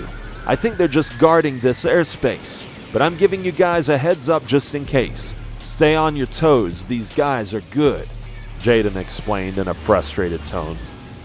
A battalion dropped into our zone just as he was speaking. "You guys, we're going to have to break formation," I warned. "We're just going to have to meet back up on the other side." Eve typed a couple of buttons in on our navigation hologram before turning to me with a deceptive smirk. "There's a spot north by northwest, 7 miles. No through traffic, it's wide open. Let's meet there," she instructed. Okay, Sai and Pete replied, each at different times. "Sam, get on my left, and Pete, on my right," I ordered, diagramming the battlefield. "Spread out, we're going to need room. It's a lot of them." They moved into position as the battalion approached. They hesitated, as if to be planning their next move. Sam shot off to the left, as a large number of the ships tailed him. Pete immediately followed suit, as a group of ships shot after him as well. The bulk of the ships remained. "Time for some fun," I replied, locking in on one of the ships. "You ready, Eve?" She smiled and gave me a sarcastic salute. "Take him down, Captain," she fired with a smile. I fired missiles, destroying 2 ships immediately. I shot through the debris as the metallic ships exploded. I ascended with the remaining ships hot on my tail. I had to give myself some room, or there was no way I was going to survive this. "Eve," I replied, dodging an incoming shot. "I need a route. They're on my tail. I'm hot." I dodged, turning in an aerial nosedive. They were on me like glue. "There," Eve warned, pointing toward a group of mountain hedges. "That mountain opening. It should bottleneck them. It'll give you a chance to trim them down. Hurry, let's move." "Let's do it," I replied, having the time of my life. "Let's show them who they're dealing with." I dipped, with them still trailing, firing shots at my tail. I did an aerial 360 spin, then banked hard to my left. I was trying to buy time so that I would be able to turn and fight once I made it through the opening. I sold my left turn, then flipped in a 180 spin back to my right toward the opening. A couple went for it, but some were still hot on my tail. They continued to fire. It was exhilarating. It had all the fun of being in a live action movie with none of the fear of death. I was a little worried about what the pain would be like if we crashed and burned, but the adrenaline was like a drug. I felt invincible in that ship. I was brimming with confidence as I made move after move. Pete was right. Our reactive fighting styles made us perfect pilots. It was so much easier than fighting. "We can't keep taking fire like this, Tim. Our shields are weakening," Eve ordered, worried. "You're kicking butt, but one direct hit and we're done for." The skies were so congested that I couldn't go where I wanted to go, and the more moves I made, the less space I had. "Pete, Sam, where are you guys? I need some help," I fired, still dodging for my life. I dodged, feeling like I only had a couple moves left before I was completely boxed in. "Hold on, Tim, I'm coming," Sam let out. Sam came from the rear, obliterating the opposition. He moved like an eagle in and out of their ranks before shooting off again with a few of them on his tail. "Sam, hold on, I'm coming back for you," I replied. "Yeah, hurry," he replied, jetting out of sight. "Let's move," Eve ordered, mashing buttons frantically. "Sam gave us a shot to get to the spot. Let's get back and get those guys off of his tail." "Yeah, let's go," I replied, turning on the jets. Playtime was over. It was an insignificant gesture after my performance at the Battle of New Angeles, but I had to do something, even if it was just a game. I shot toward the mountain opening with a battalion on my tail. I saw the opening, and just as I was about to enter, I had an epiphany. "Tim, what are you doing?" Eve replied as we pulled up suddenly. "We're going too fast. You can't make that move. We're going to hit the mountain." The pull of the gravity was so strong that I almost pulled the navigating stick out of the socket. "Ah!" Eve and I grunted as the ship forced its way upward. It pulled against staggering G-force. The ship rattled as I fought to straighten it up. "Come on," I said, trying to will it straight. "Tim, you idiot!" Eve fired, scared out of her wits. "Awesome!" I exclaimed as we finally evened out. "Yes! I knew I could do it!" I looked at our rear camera. "Try to follow that act," I exclaimed, waiting for the show. Boom, boom, boom, boom. A couple tried to make the turn, exploding into the mountain. The debris and smoke from the explosion clogged and blinded the following ships, causing them to collide with the mountain and each other.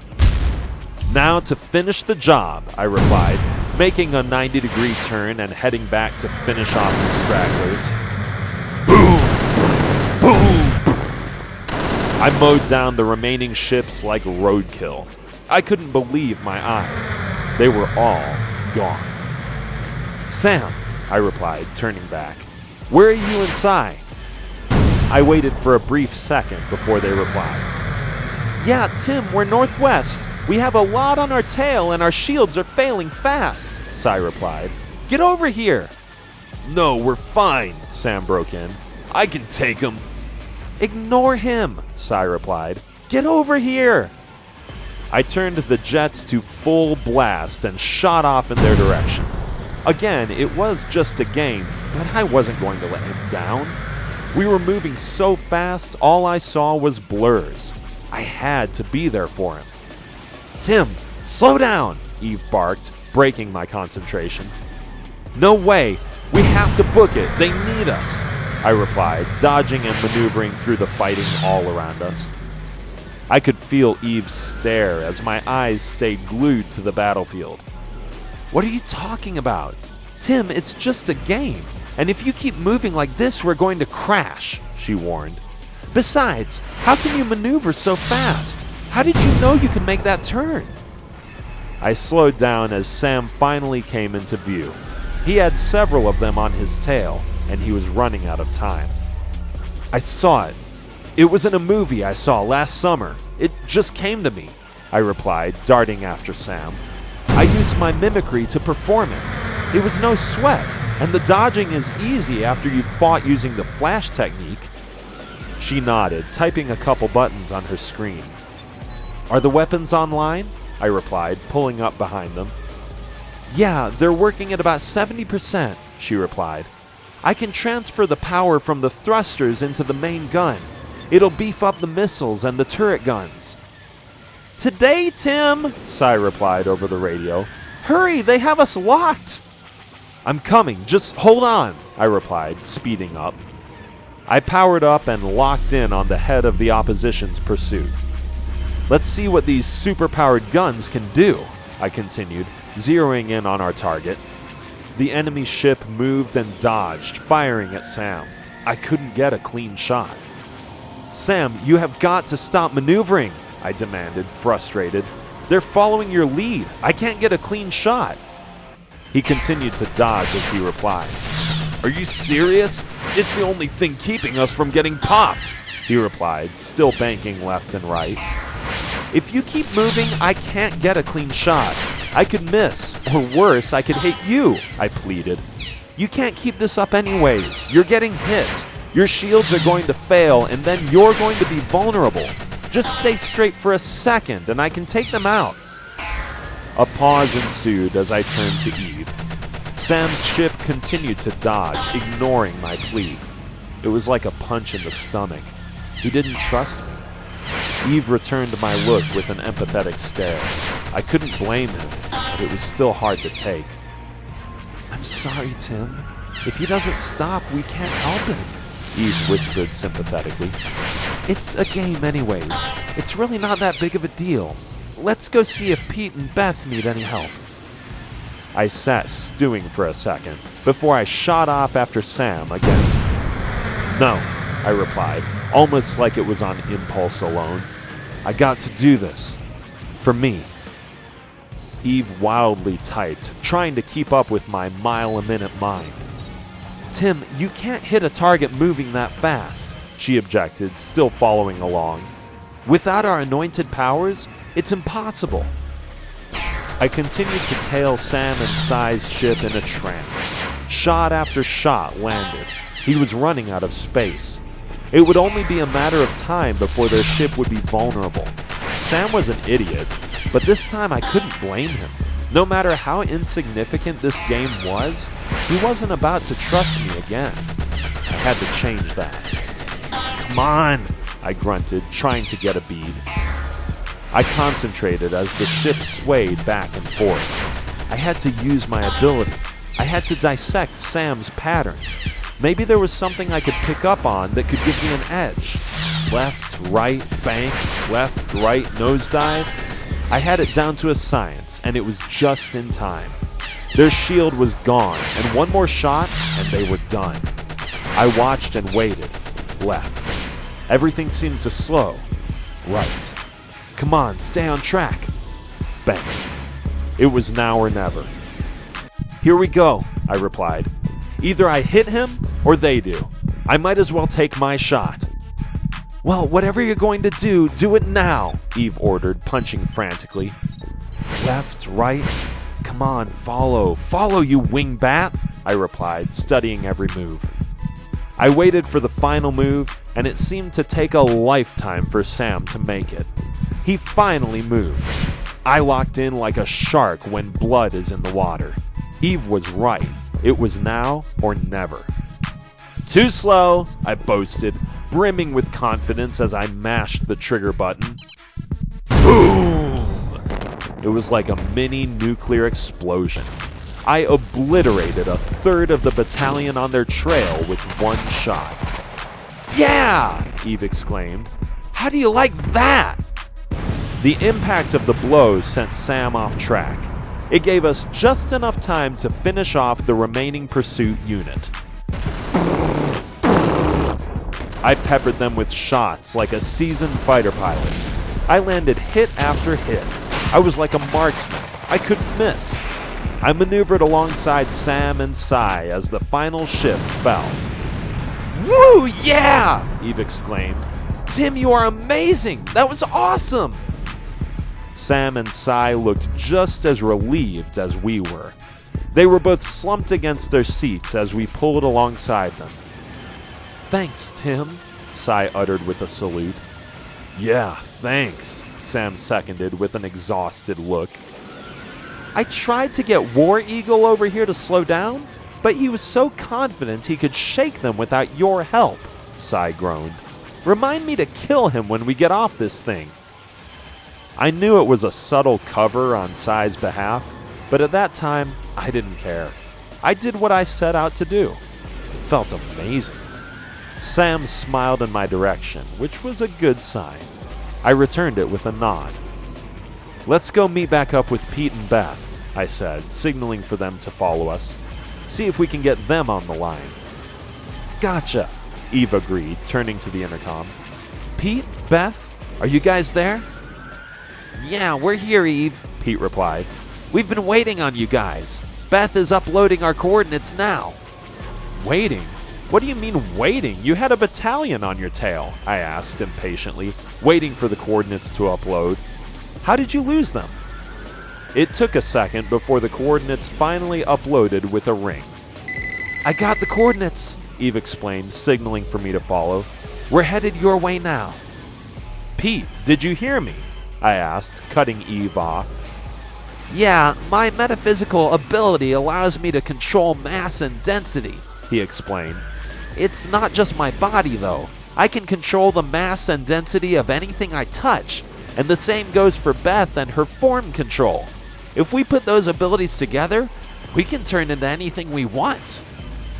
I breathed a sigh of relief. Seeing as they were long-range fighters, I had a hard time believing they would be much of a threat in a firefight. I had faith Pete had a plan, but I would be lying if I said I wasn't worried.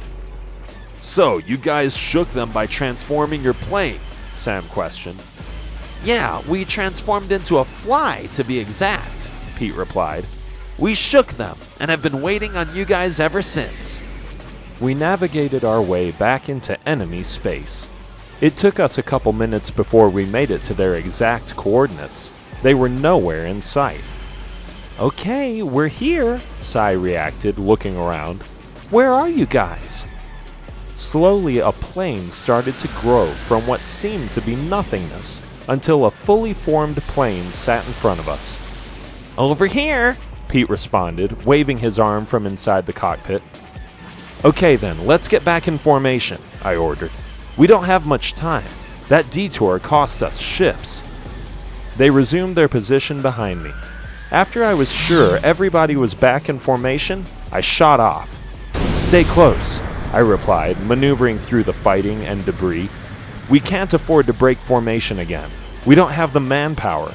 If they get to us again, this game is as good as over. We sliced and dodged, as fighting seemed to be at every turn. Sam and Sai were glued to our tail, but Pete and Beth lagged on hard bank turns, and it was costing us time. I tried my best to slow down, but with the lost time, I had to book it if we had any chance of getting to that base. Our ranks were thinning out. Soon there wouldn't be much of an opposition left. Tim, you have got to speed up, Pete ordered, catching me off guard. Are you serious? I'm trying not to leave you, I fired back. Well, you can't afford to do that, He replied. What good will it do for all three of us to make it there if we're shot down by the opposition? We've wasted enough time. I'll try to keep up, but if I can't, you're going to have to leave me. I groaned at the thought. I had known it was a possible outcome, but the battle in New Angeles had me on edge. I didn't want to be responsible for letting someone else down.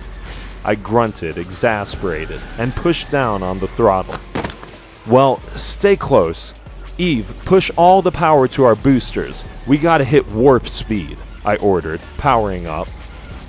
We were all picking up speed, and all of a sudden, like being shot from a cannon, we bolted forward. I was going fast, even for my reflexes. I moved from opening to opening, navigating through the blurs all around me. I had no time to check my tail. I had no idea if the rest of the guys were keeping up. I could only hope. I bounced around until we hit a clearing. The base was finally in sight. There it is, Eve gushed as I pulled up, slowing us down. I immediately turned around to check if the guys were on our tail. Sam and Cy appeared immediately, but Pete was nowhere to be found. Pete! Pete! I demanded impatiently. Pete, Beth, do you hear me? There was nothing, and we didn't have time to wait. A battalion slowly formed in front of the base as I continued to wait, but they weren't showing. I was going crazy. I didn't know what to do. Pete was the brains. Even if we made it through, we had no idea what we were doing. We had no hope of success. All he told us was the heart of the base was probably at the center. How could we form a plan based on that? We have to go without them, Eve ordered. It's not like they're dead. We'll see them when we finish. I shook my head, disagreeing. That isn't the point, I shot back. Without Pete, we have no plan. What are we doing? She nodded, as if to be signaling she grasped our dilemma before shrugging her shoulders regretfully. Yeah, but what can we do? She replied. They are gearing up to stop us. We have to move or we're not getting through. From the look of the battlefield, Eve was right. Our numbers were painfully thin. We were outnumbered, and the more time we wasted, the slimmer our chances got. Their whole team was retreating to prevent us from entering their base. It was like pulling teeth. I had to make a decision. Theta Deltas, said a voice interrupting us. It was Jaden's unit, but it seemed to be all we had left. Yeah, we're here, Cy replied frantically. We got you covered, he replied. Just follow us. As he spoke, they soared over our heads, then nosedived toward the opposition. This is our only chance, Eve replied, punching buttons to power up. They're going to shield us. Thanks, Jaden, I said, revving up as fast as I could. Okay, let's go. No problem, he replied, soaring forward. Besides, this is farther than any recruit battalion has ever gotten. I jetted off, shadowing him and the rest of the front line. The opposition flooded out of the base like bees coming from a hive. What do you mean by that? Sam questioned. I turned to see him still tight on my tail. Oh, sorry, I forgot you guys were new, he replied. In all the years they've had this simulation at the Light Guard trials, no recruit battalion has ever won. Most are wiped out. We've beaten the longest survival time by a half hour. No battalion has ever gotten this close to the base. None have gotten this far. We have a chance to do something no recruit battalion has ever done. We're just here to do our part. Yeah, we thought you guys were all hype, said a voice over the intercom. But you guys, I hate to admit it, but you're as good as advertised, at least in regard to your raw nerve and ability to adapt. I cringed at the thought. I was going crazy with anxiety when I thought it was just a game, but now the pressure was on. But this time, I wasn't the kid I was a month earlier. I was used to impossible odds. I was beginning to get a grasp on what we were for the first time. The things we could do weren't normal, and how easily we could do them was even less normal. For the first time, I was starting to get what the buzz was all about. I was starting to see what people saw in us. That being said, I wish I could see it too. I had the liberty of being present for it all, and one thing I knew for sure was it wasn't as impressive as it looked. We usually ran around like chickens with our heads cut off. If it wasn't for God's will helping us get out of things by the skin of our teeth, we'd be a train wreck. "You done soaking it up, superstar?" Eve poked sarcastically. "What?" I said, surprised. "Tim, if your chest was any higher, it'd be touching the roof of this thing," she replied. "Get your head in the game." She was right. The battalion was ridiculous. If I was nervous about our chance before, I was basically waiting to be blown to pieces now. Their ships were massive. Their smaller ships were twice as fast as the last ones, and we were looking at hundreds of them against maybe 40 of us. Yeah, I replied underenthusiastically. "Eve, these guys are faster, so I can't maneuver and fire at the same time. Since I have better reflexes, I'll pilot. You can take the gun manually this time. Sai, the same goes for you and Sam. You're a better shot, so you take the gun in your ship as well." "Okay," Sai replied. Eve unbuckled her safety harness and leaped out of her seat. She booked it to the back and mounted the manual turret at the rear. She fastened her harness as the platform elevated her to the top of the ship. I turned and prepared for a dogfight. "Can you still hear me, Eve?" I asked, doing a radio check. "Yeah, loud and clear," she replied immediately. "The view is beautiful from out here." I looked over to check for Sai. She was mounted like Eve, in a capsule-like turret station on top of the ship. I gave her a salute. She returned it with a nod. "You guys strapped in?" I asked one last time. "Sam, you ready?" "Yeah, I'm good," Eve replied. "Let's go make history." "I'm strapped in too," Sai added. "All systems online and ready," Sam said with a smile. "Let's do it." My stomach was doing flip-flops. I would have felt more confident if Pete was still with us. Where was he? I wished I could have heard something from him. Why didn't he tell us he was in trouble? I would have... Then it hit me. He knew I would have turned around. He knew I would have risked the mission to save him. I was starting to believe he sacrificed himself from the beginning. The thought made me uneasy. He didn't trust me to make the right decision, and what hurt more was, he was right. I swallowed hard as I came to grips with the revelation. My dad, Jacob, now Sam and Pete. Was I really that untrustworthy? Was I really that big of a screw-up? I looked around the battlefield as doubt slowly began to creep in. What if they were right? What if I am just a humongous screw-up? "Get ready, Thetas! Here they come!" said Jaden, knocking me out of my funk. I was nervous and unconfident.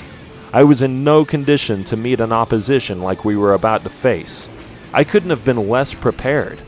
I swallowed hard and shook my head regretfully. "Tim, get ready!" Sam shot, waving his hand, annoyed. "You look like you're daydreaming again." Anger shot through me at the sound of his words. None of them believed in me. They were no different than my dad and Jacob. After all I had done for them, who were they to judge me? What gave them the right? "What's that supposed to mean?" I shot back angrily. Sam's eyes cut, surprised by my reaction. "Nothing. You just looked like you weren't paying attention," he fired back. His words only angered me. "You know, I'm getting real tired of you guys acting like you're my parents," I fired. "Whoa, calm down, Tim," Eve replied. "Sam was just trying to make sure you were alert." Her words were the straw that broke the camel's back. "Eve, for once in your life, will you just shut up?" I replied angrily. Both Sam and Sai's head jerked around surprised as they stared in our direction. "What did you say to me?" she replied. "I said shut up," I replied. "I am so sick and tired of you feeling the need to step in between me and Sam. Stay out of it. It has nothing to do with you." An awkward silence ensued. I couldn't see her expression, but if the silence was any indication, I was back on Eve's jerk list. But at the time, I didn't care. I was lashing out from a place of hurt. I realized for the first time since I had arrived in the heaven realm that things hadn't changed. Except now, instead of having two people constantly telling me I was lazy and untrustworthy, I now had 5. It was making me angrier with every thought. "What's your problem?" she replied. "We're just trying to help." "Why is everybody always acting like I need help?" I fired back, brimming. "None of you are as good as me, none of you. I don't need your help. If anything, you need mine. Pete's slow, Sam's dumb, and you're sloppy. All of you have flaws that I could be pointing out. They're all reasons not to trust you guys, but do you see me saying anything? No. Yeah, I make mistakes. I can be scatterbrained at times, but you guys aren't perfect either. Get over it. Or don't get over it, but don't act like I'm a blithering idiot that always needs to be watched because of it. Besides, I don't need any of you guys anyways." Every word was like a direct missile aimed at anyone who doubted me. "Tim, where is all this coming from?" Sai added. "Nobody said anything about not trusting you." "Sai, please," I replied, trying my best not to lash out at her. "I'm not talking about you, just stay out of it. You know exactly what I'm talking about. Sam ignoring my orders to stop, Pete ducking out without telling me. I'm not an idiot, they don't trust me, and you know it." Silence followed, destroying any confidence I may have had that it was all in my head. They all knew what I was saying was the truth, and from the silence that ensued, I was sure they finally understood the reason for my sudden change. I was tired of trying to prove myself to them. My anger was boiling over as I realized they were confirming my assumptions. "But you know what?" I replied angrily. "I don't need any of you." I frantically hit buttons, cutting the power to the manual turrets. I was going to try to maneuver and shoot all on my own. I didn't need any of their help, and I was bent on proving it. "Tim, what are you doing?" Eve replied as the turret ascended. I ignored her question and continued to set up my solo attack as she came running down the ship's corridor. "Yeah, you said yourself, these ships are different. There is no way you can do both," Sai pressed. "Don't tell me what I can and can't do, Sai," I replied, angrily shooting off. "Jadon, focus all your manpower on the middle of their defense. I'll play off you." "Tim, I know you're mad," Eve replied in a pleading tone. "And I'm sorry if you feel like we don't trust you, but we do. I do. I trust you with my life." I was too angry to speak, but her words did affect me. I turned to her with a nod, acknowledging that I appreciated her gesture. "I think you're acting like an idiot, but if this is what I have to do to prove that I trust you," she replied with a serious yet vulnerable smile, "then I'll do it. I trust you." I acknowledged her word with an empathetic nod as Jadon cut in on us. "I read you, Thetas," he replied. "You guys heard him. Let's converge on the middle. Let's move." They all converged as we got close to the opposition. I was going to prove to each and every one of my teammates that I could be trusted. I was determined to bring the entire base down all by myself. Sam was still glued to my tail. I maneuvered right as we finally hit a thick of the opposition. I was pissed, and it was advantageous. I was more focused, more determined. "Tim, you have one on your..." Sam responded. Boom! Before he could speak, I obliterated the ship. I was moving 3 or 4 moves ahead of everyone else. I threw caution to the wind. I was like a machine. They could have had 1 billion machines, and they wouldn't have been a match for me that day. "You can't be serious," Eve responded in awe. Boom! Boom! I peppered, dodged, and smashed anything that came near me. Our ships dropped like flies. I was the only one putting up a fight. Sam's job was easy. He only had to stay on my tail as I marked and peppered anything that came into our vicinity. "Tim, how are you doing that?" Sai replied, as shocked as everyone else.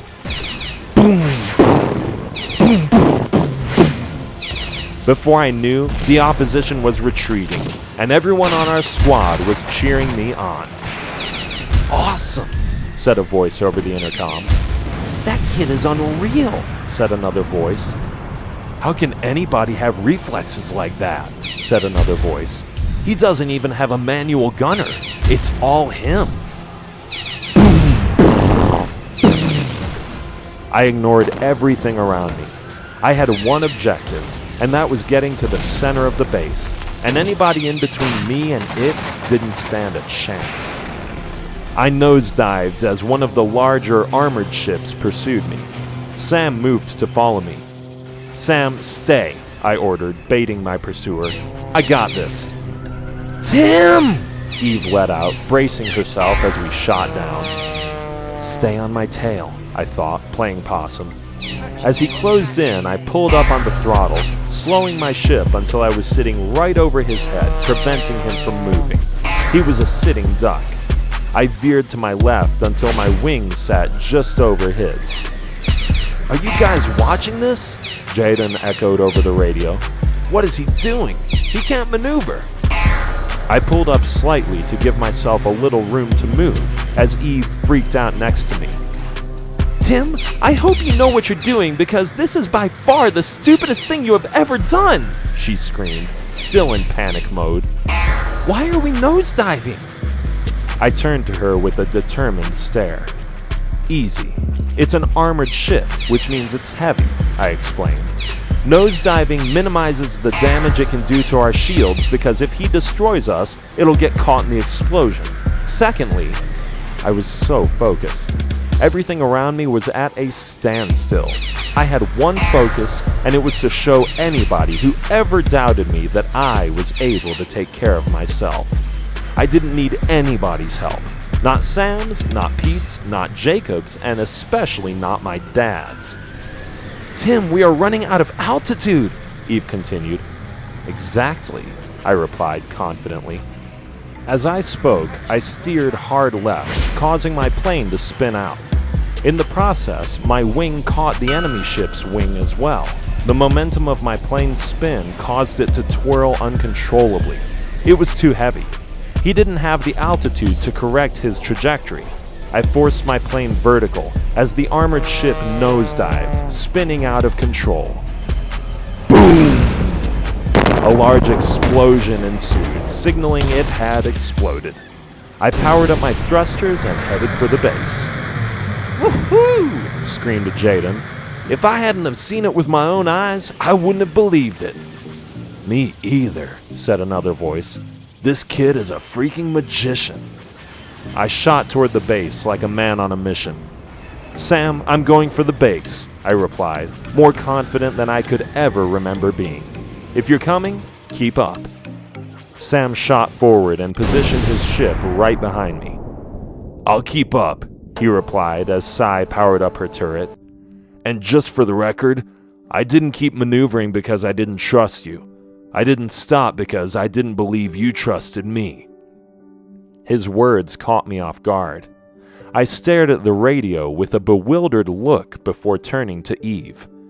Sam, what do you mean? Eve replied. I don't know, Sam continued begrudgingly. At the last battle, I was hurting the team. Tim did what he had to do. I wasn't mad at him about what happened to me. I was mad at myself. I just thought maybe I could make up for it.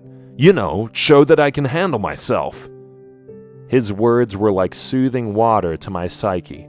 It all made sense.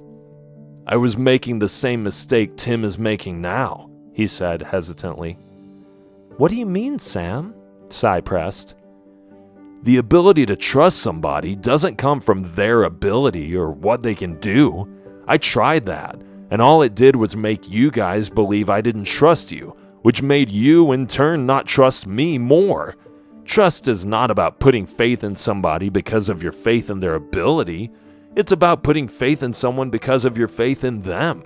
The ability to believe that even if a circumstance arises where there is nothing that person can do, you can still count on them to do all they can. And even though they don't always do the right thing, it's trust that makes a person believe that someone will do the right thing when it matters the most. His response hit like a ton of bricks. He was right. All my heroics and showing off would do little to build trust. Eve's words echoed in my thoughts. Tim, I trust you with my life. That statement showed more trust than any trust I would earn from doing what I was doing. What I was doing wasn't encouraging trust. It was proving something they already knew. I was gifted. My whole life, I had always been gifted. Nobody had ever doubted my ability to do the right thing. They all doubted my ability to focus on what the right thing was. In that regard, I lagged behind every one of my Legion mates. I always had trust in their decisions to do what was right. And how could I blame them for feeling different when I didn't trust me to do the right thing when it counted? I was lazy, entitled, and spoiled with a talent that I underutilized. But even with all of that, they all trusted me with their lives. I could earn their ability in other areas, but for now, that was good enough. Wow, Sam, you're really maturing, Sai added sarcastically. I think you've been spending too much time around us softies. Come on, man, Sam replied, embarrassed. Let's not make it awkward. I nodded with a contemplating smile. Eve returned my smile with a proud one of her own before taking control of the navigation. Oh, he's so cute at this age, Sai continued to poke in her best baby voice impersonation. Ha ha ha, Sam mocked impatiently. Can we just get moving?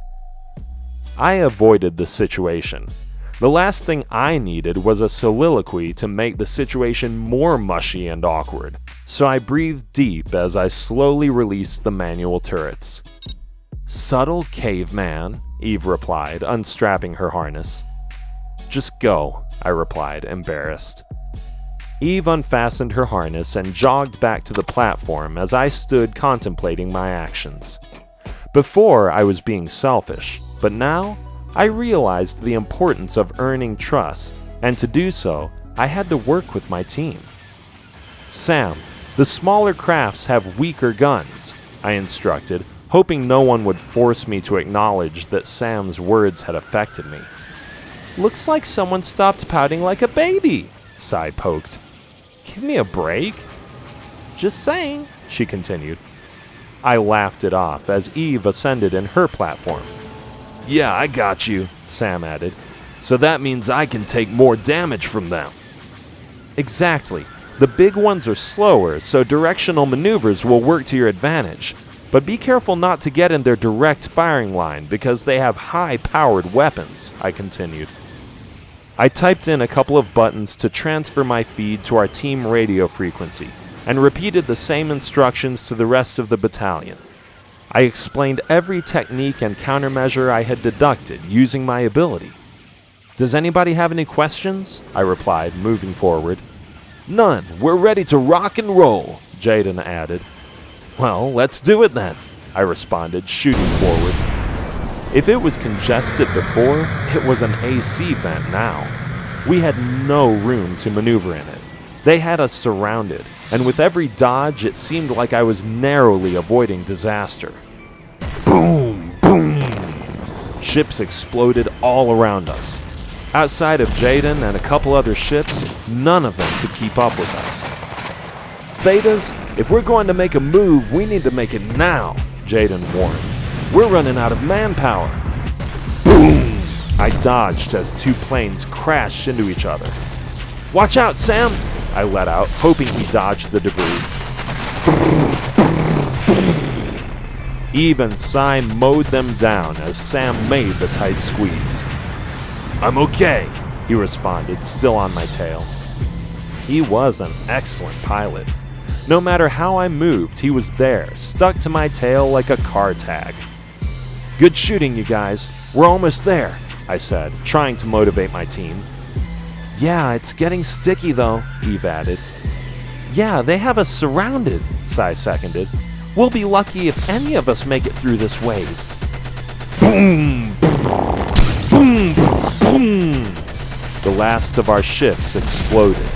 We were the only ones left outside Jaden, and we were painfully outmatched. Jaden was right. This game was ridiculous. It felt like playing a game on the hardest level. All guns firing and pilots 10 times as good as the ships on our side. My gosh, I let out, moving out of the way as the last ship exploded. They're everywhere. Our battalion didn't stand a chance. It was like shooting fish in a barrel.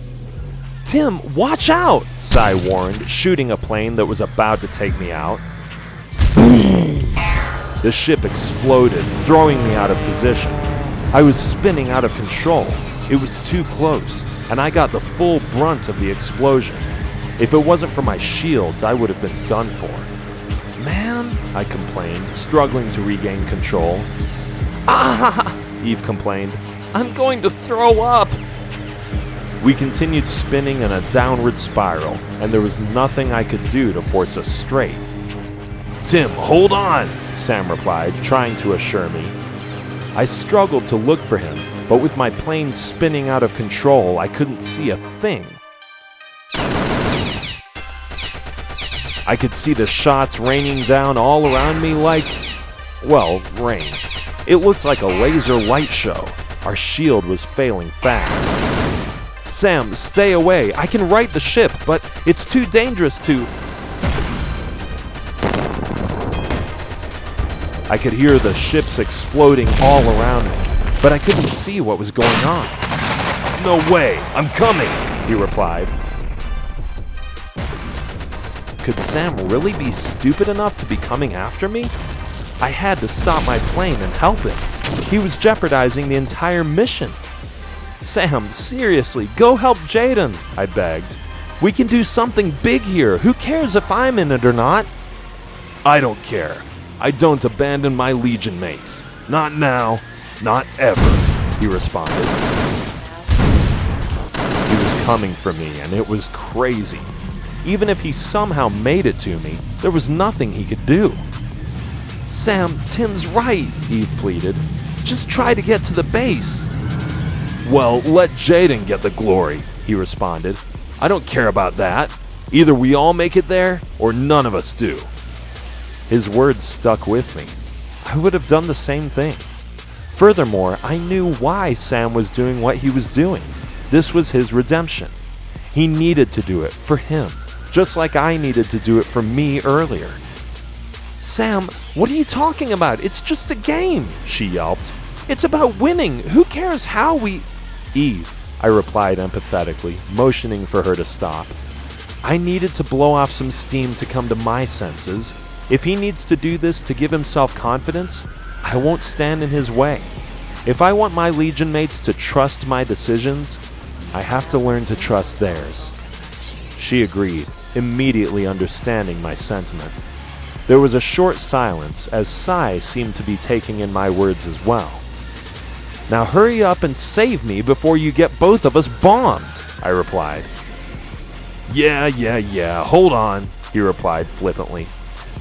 We were getting dangerously close to the point of no return.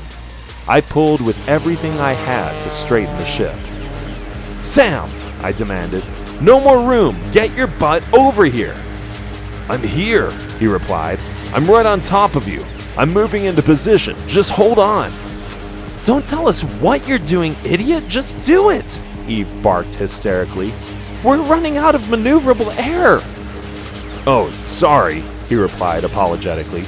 "Turn on your shield buffers. I'm going to try to knock you guys straight." "Okay," I replied.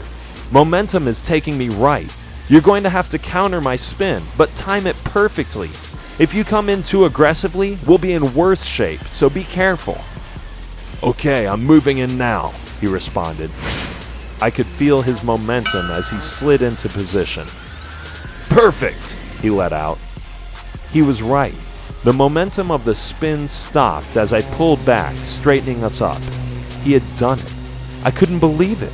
He had actually done it. "Way to go, Sam!" Eve responded proudly. "I guess us elementals really do control the air, huh?" "Hey, What about some credit for shooting down rows of those things to give Sam time? Sai retorted sarcastically.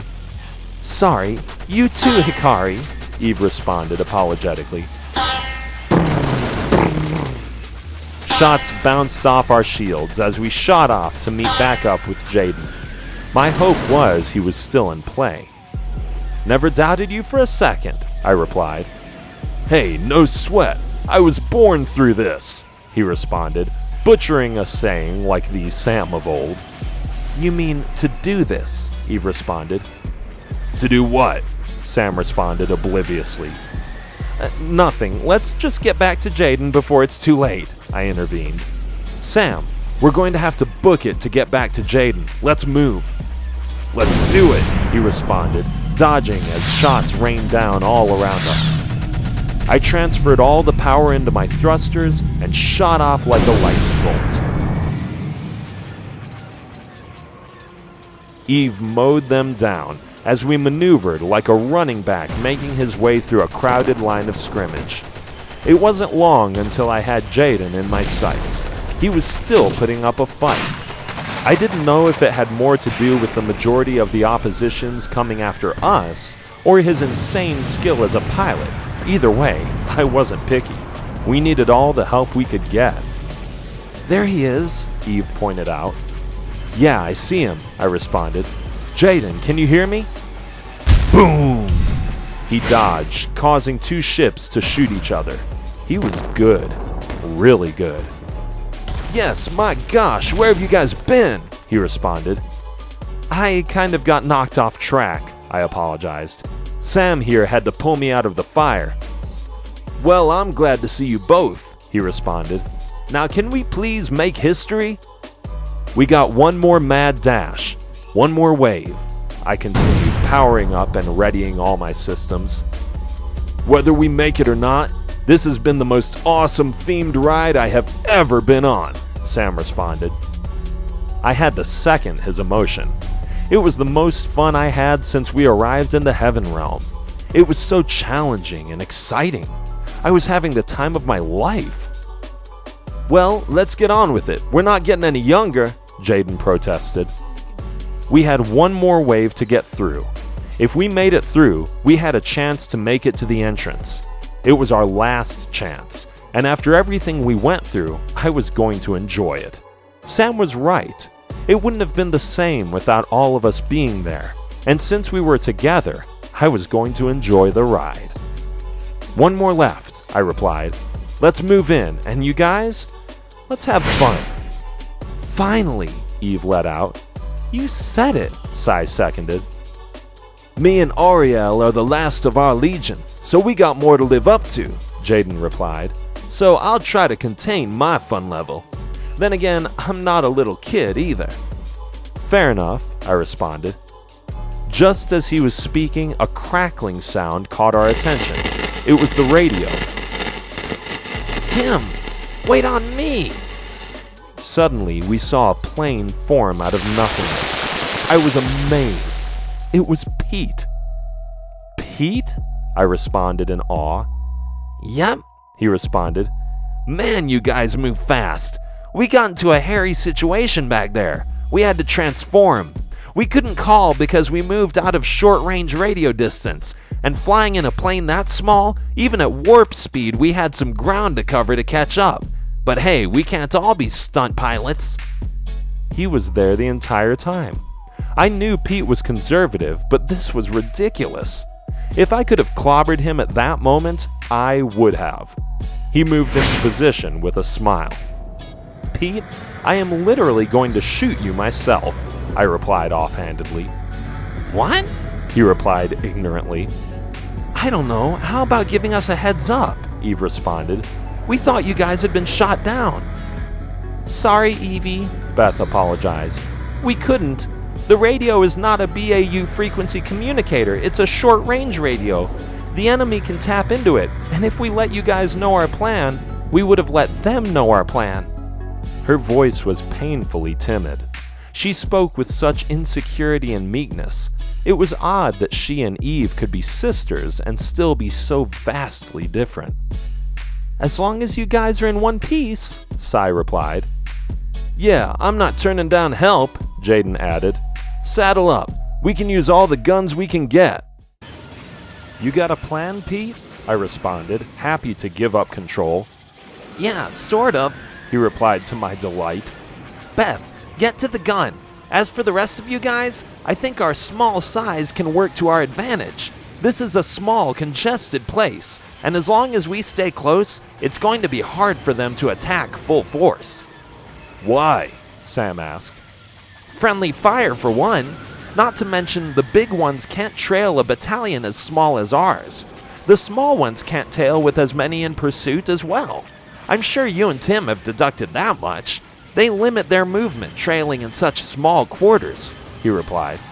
So we stay in formation and send our power to our shields and thrusters. We should make it there in one piece because the small ships don't have the firepower and the big ones can't move fast enough.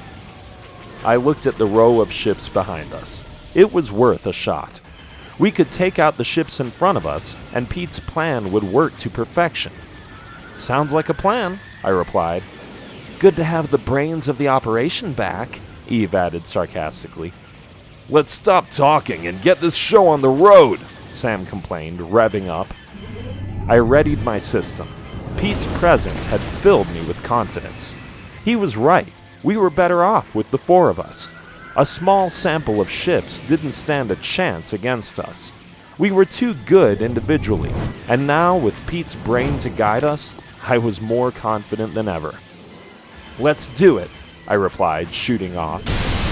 Okay, here's how we're going to do this, Pete instructed. Tim, since you're the best pilot we have, you'll take lead. Jaden, you got his right tail. Focus on the ships that slip beneath him. Sam, you got his left. Anything that goes above him, smoke him. I'll trail, and since I can't maneuver, I'll shrink my plane small enough to make myself a small target. You know, help you guys shield me. And in the meantime, I'll power up my main gun, and when we get close enough, I'll take out the main armored ship in front of the base. We all moved in position as Pete's ship slowly transformed. I stared forward at the heavily armored ship that stood hovering in front of the base entrance, like an unchained, overgrown dog inside a fence, and the plethora of ships that stood between us and it. Sounds like a plan, Jaden replied. Yeah, I seconded. Let's clock these boys out, Sam continued. We moved forward, shooting anything that came close. Our formation was perfect. We were too close for them to counter, and even Sai's aim was sniper-like. They peppered them as we moved and dodged the debris that littered our path. We're almost there. Come on, you guys, I urged, moving like a man on a mission. Pete, you ready? Yeah, just give me a clean shot and I'll light it up, he assured me.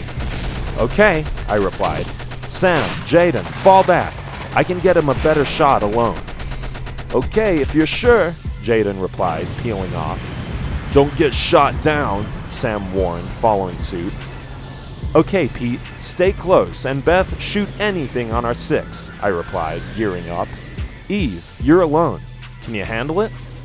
You ask as if I have a choice, she replied sarcastically. Well, I am a gentleman, I shot back. I exploded forward, making sure not to leave Pete behind. He was still lagging just a bit, but I didn't have time to wait on him. We had to act, and fast. Here we go, Pete, I said, preparing him. I just need a minute, that's it, he replied. With that, Beth should have the power to destroy it. What do you want me to do about it? Ask nicely? I grumbled. They're all over us. I can't buy us that kind of time, even if I had Sam and Jaden. But alone, it's going to be... I'm sorry, but you have to.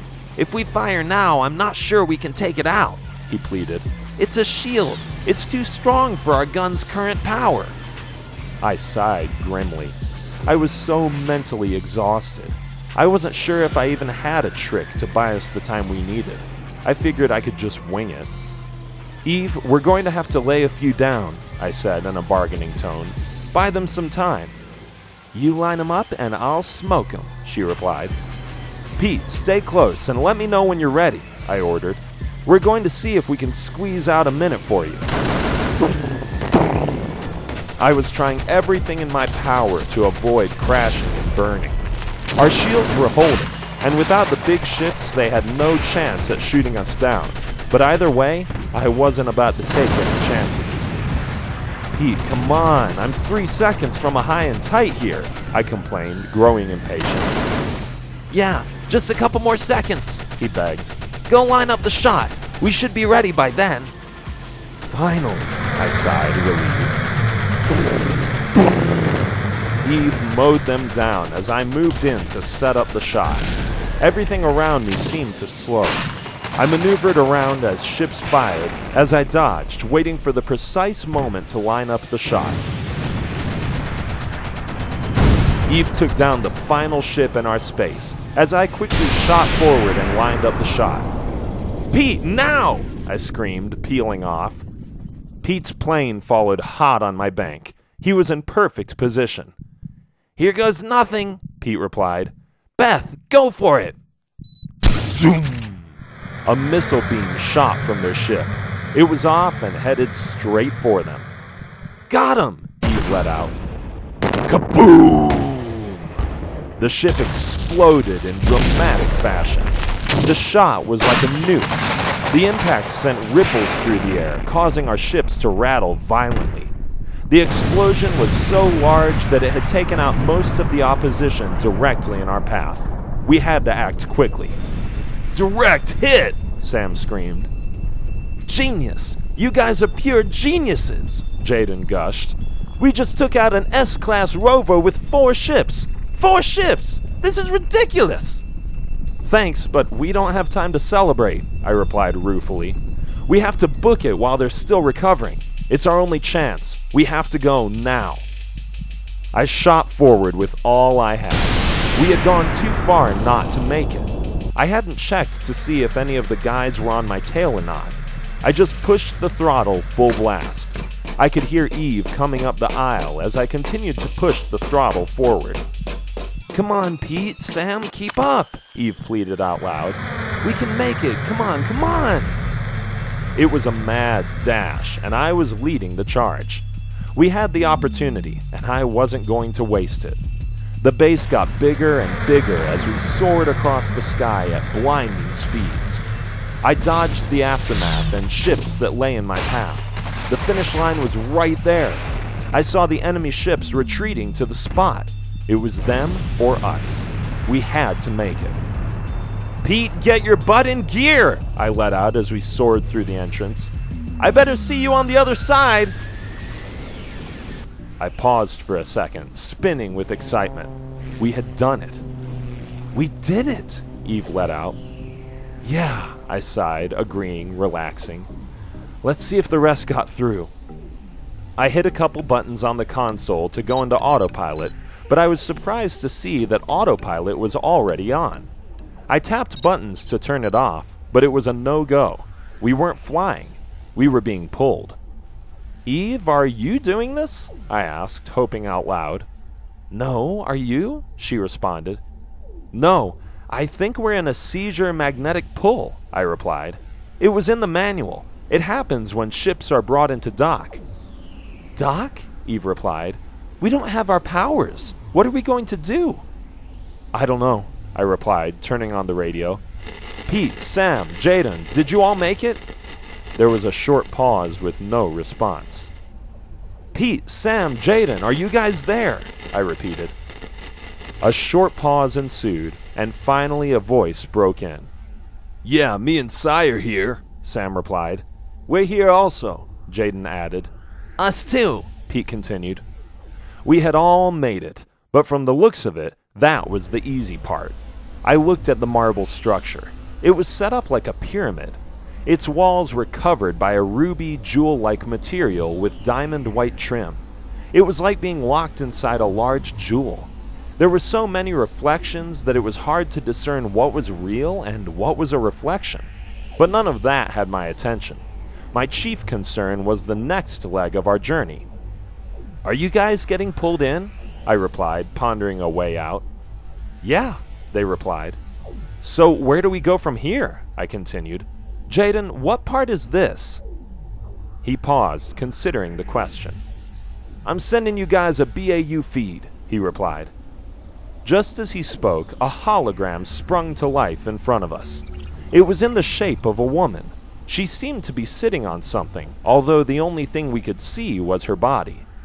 My name is Uriel Mason, Quest Insight Feeds operator. How may I help you today? Before we could ask or figure out what was going on, Jaden answered. Hi, Uriel. My name is Jaden. I'm here at the Lightguard trials, he replied. Hi, Jaden. What is your home world and Legion account code? She replied. Okay, it's Amen, and our Legion account code is 1301984260, he replied, fumbling to remember the numbers. Thank you. Just a second, she replied. Yeah, take your time. We're only being pulled inside an enemy ship with history on the line, I replied. Tim, shh, Eve ordered, agitated. I shrugged sarcastically, exhausted, agreeing with a nod of my head. Yes, Jaden Jaziel, Legion Gamma Z Theta Nu. I see, she continued. Yes, how may I help you? We need uploads for a ride, he continued.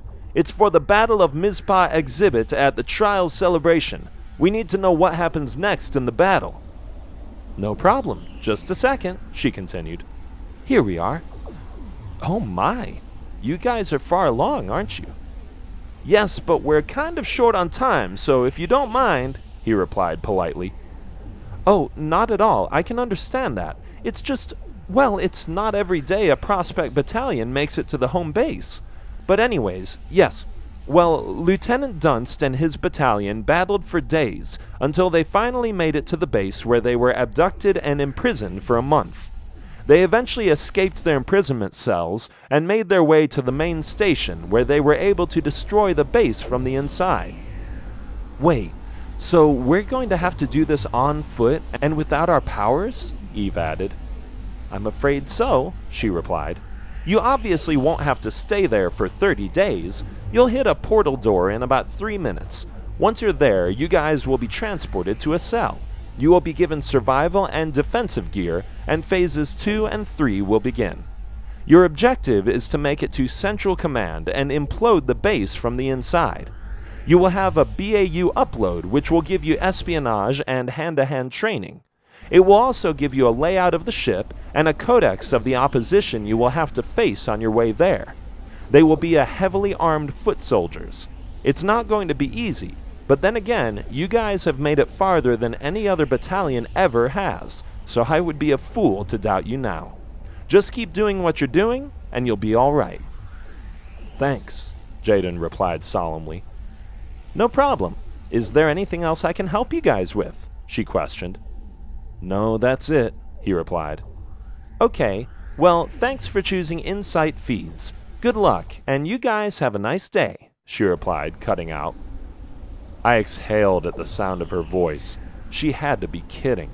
I was mentally and physically exhausted. I was dumb enough to think that it was over. What was that thing, Jaden? Pete asked. It's kind of like a BAU wiki page service. Anytime you need info on anything, just think Quest Insights and they're all over it. You guys are new, but after you've been here for a while, it's like using an internet search. We approached the portal door, just as Uriel said we would. It seemed almost instantaneous. Everything seemed hazy, like I was waking up for the first time in a while. I sat up, trying to get my bearings straight. Tim, where are we? Eve questioned, groggy as well. I leaned forward and forced myself to my feet. I stumbled over to her with my vision still blurred. I helped her to her feet. Apparently, we're in that prison Uriel spoke of, I answered. She lowered her head sarcastically, exhausted. Now, all we have to do is find our way out of this futuristic lockbox, break out the rest of the gang, go through an army of highly trained soldiers, and destroy a ship the size of 20 football fields. Can we just forfeit or something? She responded in jest. I looked around our prison. It was completely metallic, with an outer shell that was a weird mixture between a liquid and laser-like film. I walked over to it and ran my fingers along the bar. Zap! It shocked me. I jolted back, fanning my hand in the wind like I was trying to put out an imaginary flame. Ouch! I thought this was supposed to be a game, I replied, shocked. Well, it's not like you can die, she replied with a chuckle.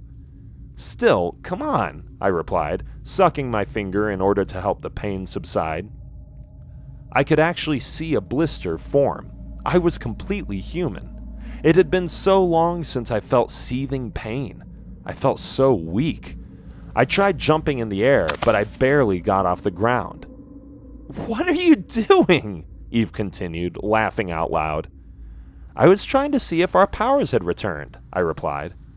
Well, judging by your 5-inch vertical, I'd have to say we're back to normal 12-year-olds, she replied.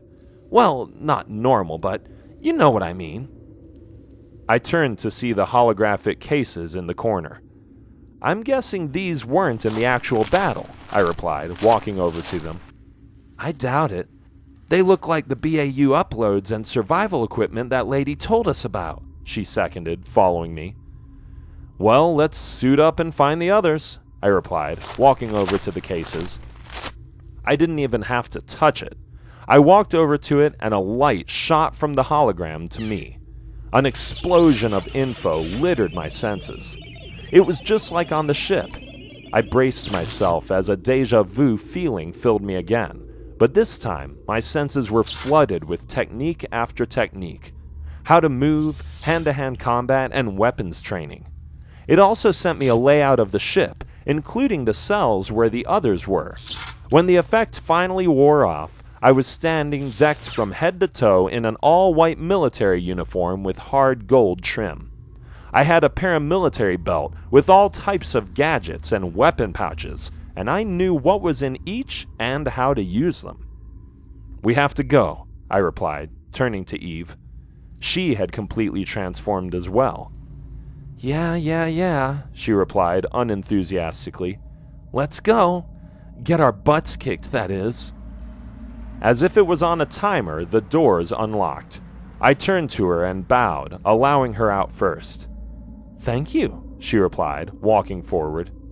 I went to follow, but before I could, she suddenly backed into me. Our heads knocked, causing me to withdraw in pain. Ouch! We both let out simultaneously. Eve, what are you... Before I could finish my sentence, she covered my mouth and coyly backed me into a wall. She signaled for me to be quiet, as she slowly reached into one of her pouches and pulled out a smoke bomb. Just wait, she whispered, creeping over to the entrance. As she crouched, a guard appeared from around the corner. It barely looked human. I couldn't tell if he was wearing some type of helmet or if it was his actual face. He had the head of a lion. It was made out of pure gold, with eyes like the ruby substance that made up the ship we were on. He wore a uniform that resembled the ones the demons wore at the Battle of New Angeles, only it was burgundy, with black platinum-coated plates. I pressed against the wall and followed Eve as she motioned for me to trail her. Prisoners Dunst and Liverman, roll call, he said, making his way over to the front of the cell.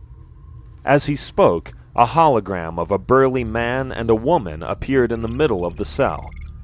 Prisoners 145892236, they responded. They looked less than worse for wear, especially the lady. Her head hung dejected as the man leaned over her, comforting her as she fought to stay up. Your rations for today, he responded, shoving a mini locket-sized contraption over to them. Your interrogations will begin in an hour, he responded. Prepare the girl. We take her today. The man's face seemed to grimace at the sound of his words. He wore a distraught demeanor that sent chills up my spine. I knew the look. It was a look that fell between anger and helplessness. It was the way I felt on the day I died. Why? She doesn't know anything, the man responded. Ethan, it's okay, she responded, barely getting the words out. I don't think I'm going to survive much more of this anyways." He stared at her, put off, before lowering his head, overcome by emotion. She coughed violently before falling over into his arms. "Okay," he responded. The man laughed like a cretin, absent of emotion. I wanted to belt him. "Well, if there is anything else I can do, don't hesitate to call me," he mocked with a devilish laugh as he walked away. As the man left, the hologram changed. Slowly it flickered until it morphed into a version of the man that looked to be walking over to us. "Hello, participants. As you may already know, my name is Ethan Dunst," he replied with what looked to be an automated response. "This is the moment in my journey where I realized I wasn't going to leave without her. This is the moment where I accepted my fate. I knew I wasn't going to make it out of here alive, but I would lay my life down for my comrades. So I took everything I had left in me, and I destroyed this place. Now, how I did it isn't important. What is important is how you plan on doing it. Use your survival packs and BAU uploads to conquer this base and destroy it. God bless, and good luck." He stopped as if to be thinking, before snapping his finger in an epiphanic-type manner. "Oh yeah, and P.S., the only thing that can pierce darkness is light," he said with a wink. "It might come in handy when things get a little too big for you." As he spoke his final words, the hologram dissipated. I looked over at Eve with an eager smile. "This is so cool," I responded. "Yeah, but that was so sad," she continued, walking over to the spot. "I mean, that lady." "Yeah, it was terrible. And that guard, I hope we get to bash his face in," I responded with a clench of my fist. "I don't know, but whatever we're doing, we should get to it," she responded, walking over to the cell door. The layer of light and bars had returned. We were stuck yet again. "How do we get out of this place?" I asked, walking up to the door. We surveyed the box for an opening or flaw. It was designed without cogs or mechanical levers. It was completely light and metallic liquid. "Where is Pete when you need him?" I responded, frustrated. "Yeah," Eve seconded. I walked over to the capsules we were given. I picked one up and tossed it at the cell bars. It floated through the bars like they were non-existent. "Wow, interesting," Eve replied, approaching the bars. "Be careful," I warned. "That thing gave me a nasty shock last time." "Yeah, I know," she replied, kneeling down and pulling off her jacket. She threw the jacket. It landed, covering the capsule. Once she was sure the capsule was underneath it, she roped it back, then turned to me with a smile. "It's a biosensor," she responded. Her words triggered a rush of information on the technology, how it was built and how it worked. I dropped to one knee as a tingling sensation covered my face. "Ah!" I let out, flexing my jaw. "You really got to get a hold of that metaphysical thing you got going," Eve asked, comforting me. "Yeah, well, for what it's worth, I think I got a way out," I replied. "Wait, how?" she replied. "I don't know, my meta-ability thing. I don't know, it counteracted the sensor," I replied. "Yeah, but how?" she pressed, with an inquisitive look on her face. "I mean, you mimic or copy techniques. You're not a computer." She was right, but I had gotten so used to not understanding my ability that I didn't even notice. "Of course not," I replied. "But I don't think my ability was ever mimicry. It was just what Jade assumed because I was never uploaded. I think he was right about my ability manifesting in my need to outdo people, but I never copy people to outdo them. I analyzed them, going over every excruciating detail, and I use it to my benefit. I always wonder why I was so abnormally good at countering, reacting, but I think I'm starting to understand it. I'm starting to understand what Jade was saying. I don't copy, I adapt. And like the Seraphim, I evolve once I adapt. The Incubus, the S-Class Rogue, the ships, I was always adapting and analyzing. I think the copying is incidental. It's the way I adapt." Interesting deduction, Einstein, she jabbed. A simple "no, I adapt" would have done it.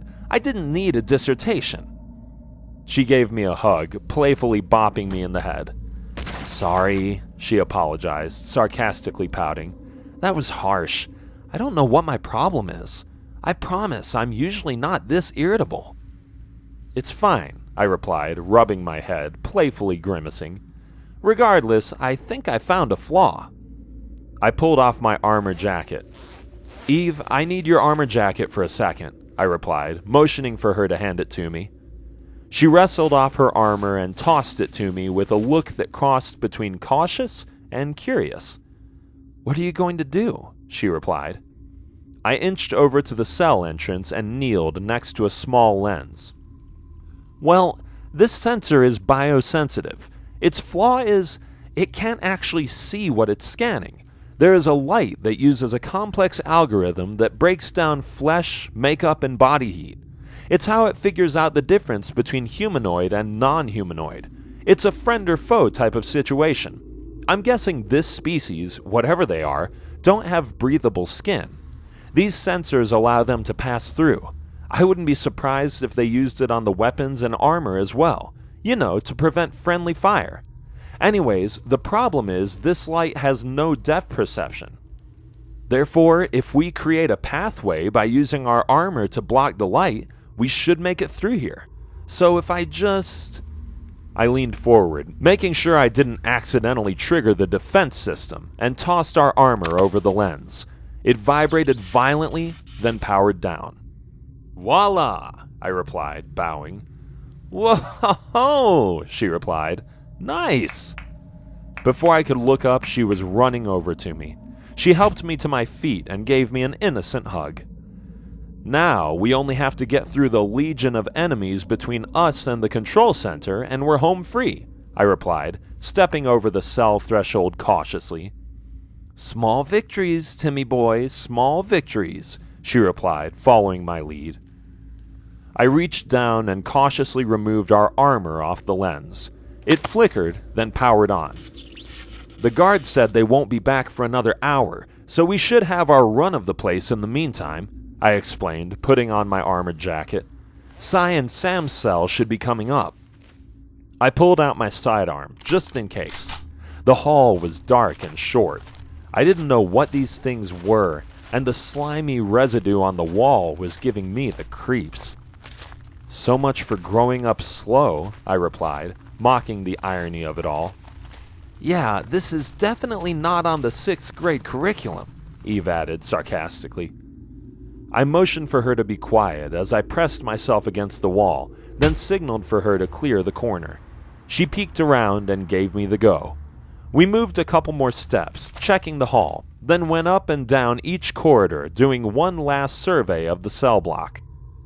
The coast is clear, I responded confidently. Let's rescue the others. We made our way to the other holding cell block. We cautiously proceeded, searching each cell. It wasn't long before we came across Sam and Sai. Tim? Sam uttered in disbelief. How did you guys get out? Tim, evolving, analyzing, copying thing, Eve responded before I could speak. So how did you get out? I mean, we can't come close to the bars without being shocked. Sam found that out the hard way, Sai replied with a smile. It's a long story, I replied, but luckily it's easier when you're on the outside. I walked over to the power switch that sat at the end of the block and cut the power. There was a sputtering sound, then a clank, before every one of the cells powered down. All aboard! Watch your first step, I replied with a playful grin.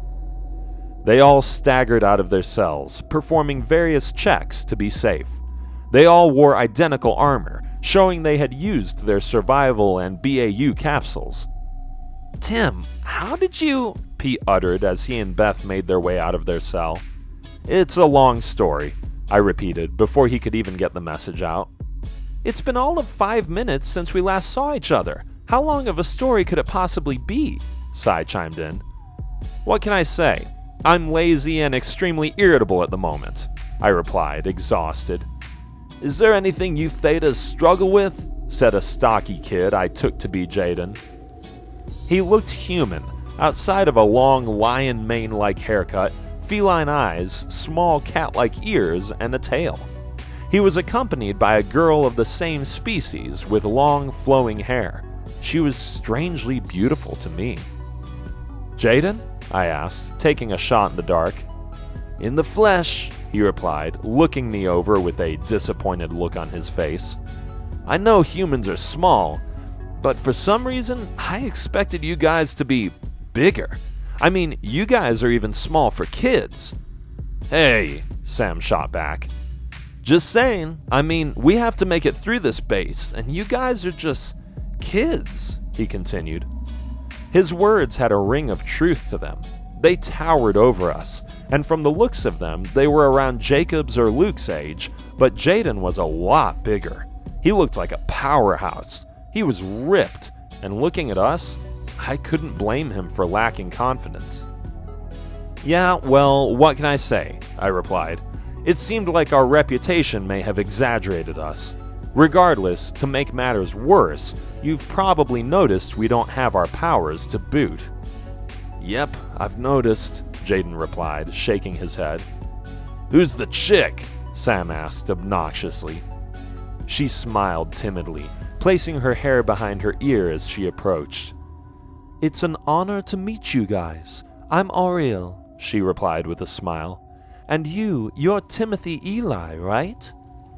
Her eyes were a beautiful light blue with whitish blue pupils. She wore an adoring smile as she leaned over to shake my hand. "I mean, you're Timothy Eli, my sister. She is obsessed with you. She'll never believe this," she replied, pulling me in for a hug. "Oriel, can we please not act like couplings? I'm sorry, she's like a sister to me, but sometimes," he replied with a roll of his eyes. "What?" she replied, turning to him innocently. "Oh, it's no problem. It's nice to meet you," I replied awkwardly. Eve turned to me with an inquisitive grin. Timothy Eli, somebody pinch me," Eve added, sarcastically mimicking a starstruck fan. I shrugged my shoulder lightheartedly. "Oh no, it's nice to meet all of you. It's just my little sister is, well, she's a big fan," she replied with an apologetic smile. They all waved and gave varying acknowledgments. "That being said, we have to get out of here," Sam replied. "Let's go kick some butt." "Yeah, well, you're 12, Sam. It's going to be pretty hard to fight grown men and women," Eve replied. Sam turned to Eve, oblivious. "Well, we've been trained. You know, the upload," Sam replied. Eve shook her head, annoyed. "And so have they, and they're, as I just stated, fully grown men and women," she screamed, as if she was trying to bash it into his psyche. "Well, we've already made history, so regardless of where we go from here, it'll be epic. But just the same, I wouldn't mind making it all the way to the big finale," Jaden answered. "So, let's destroy the base and get off this ride in style." "It's okay with me," I replied. "Can't wait," Sai replied. "Yay," Eve added, mocking us. We all lined up, loading and checking our weapons.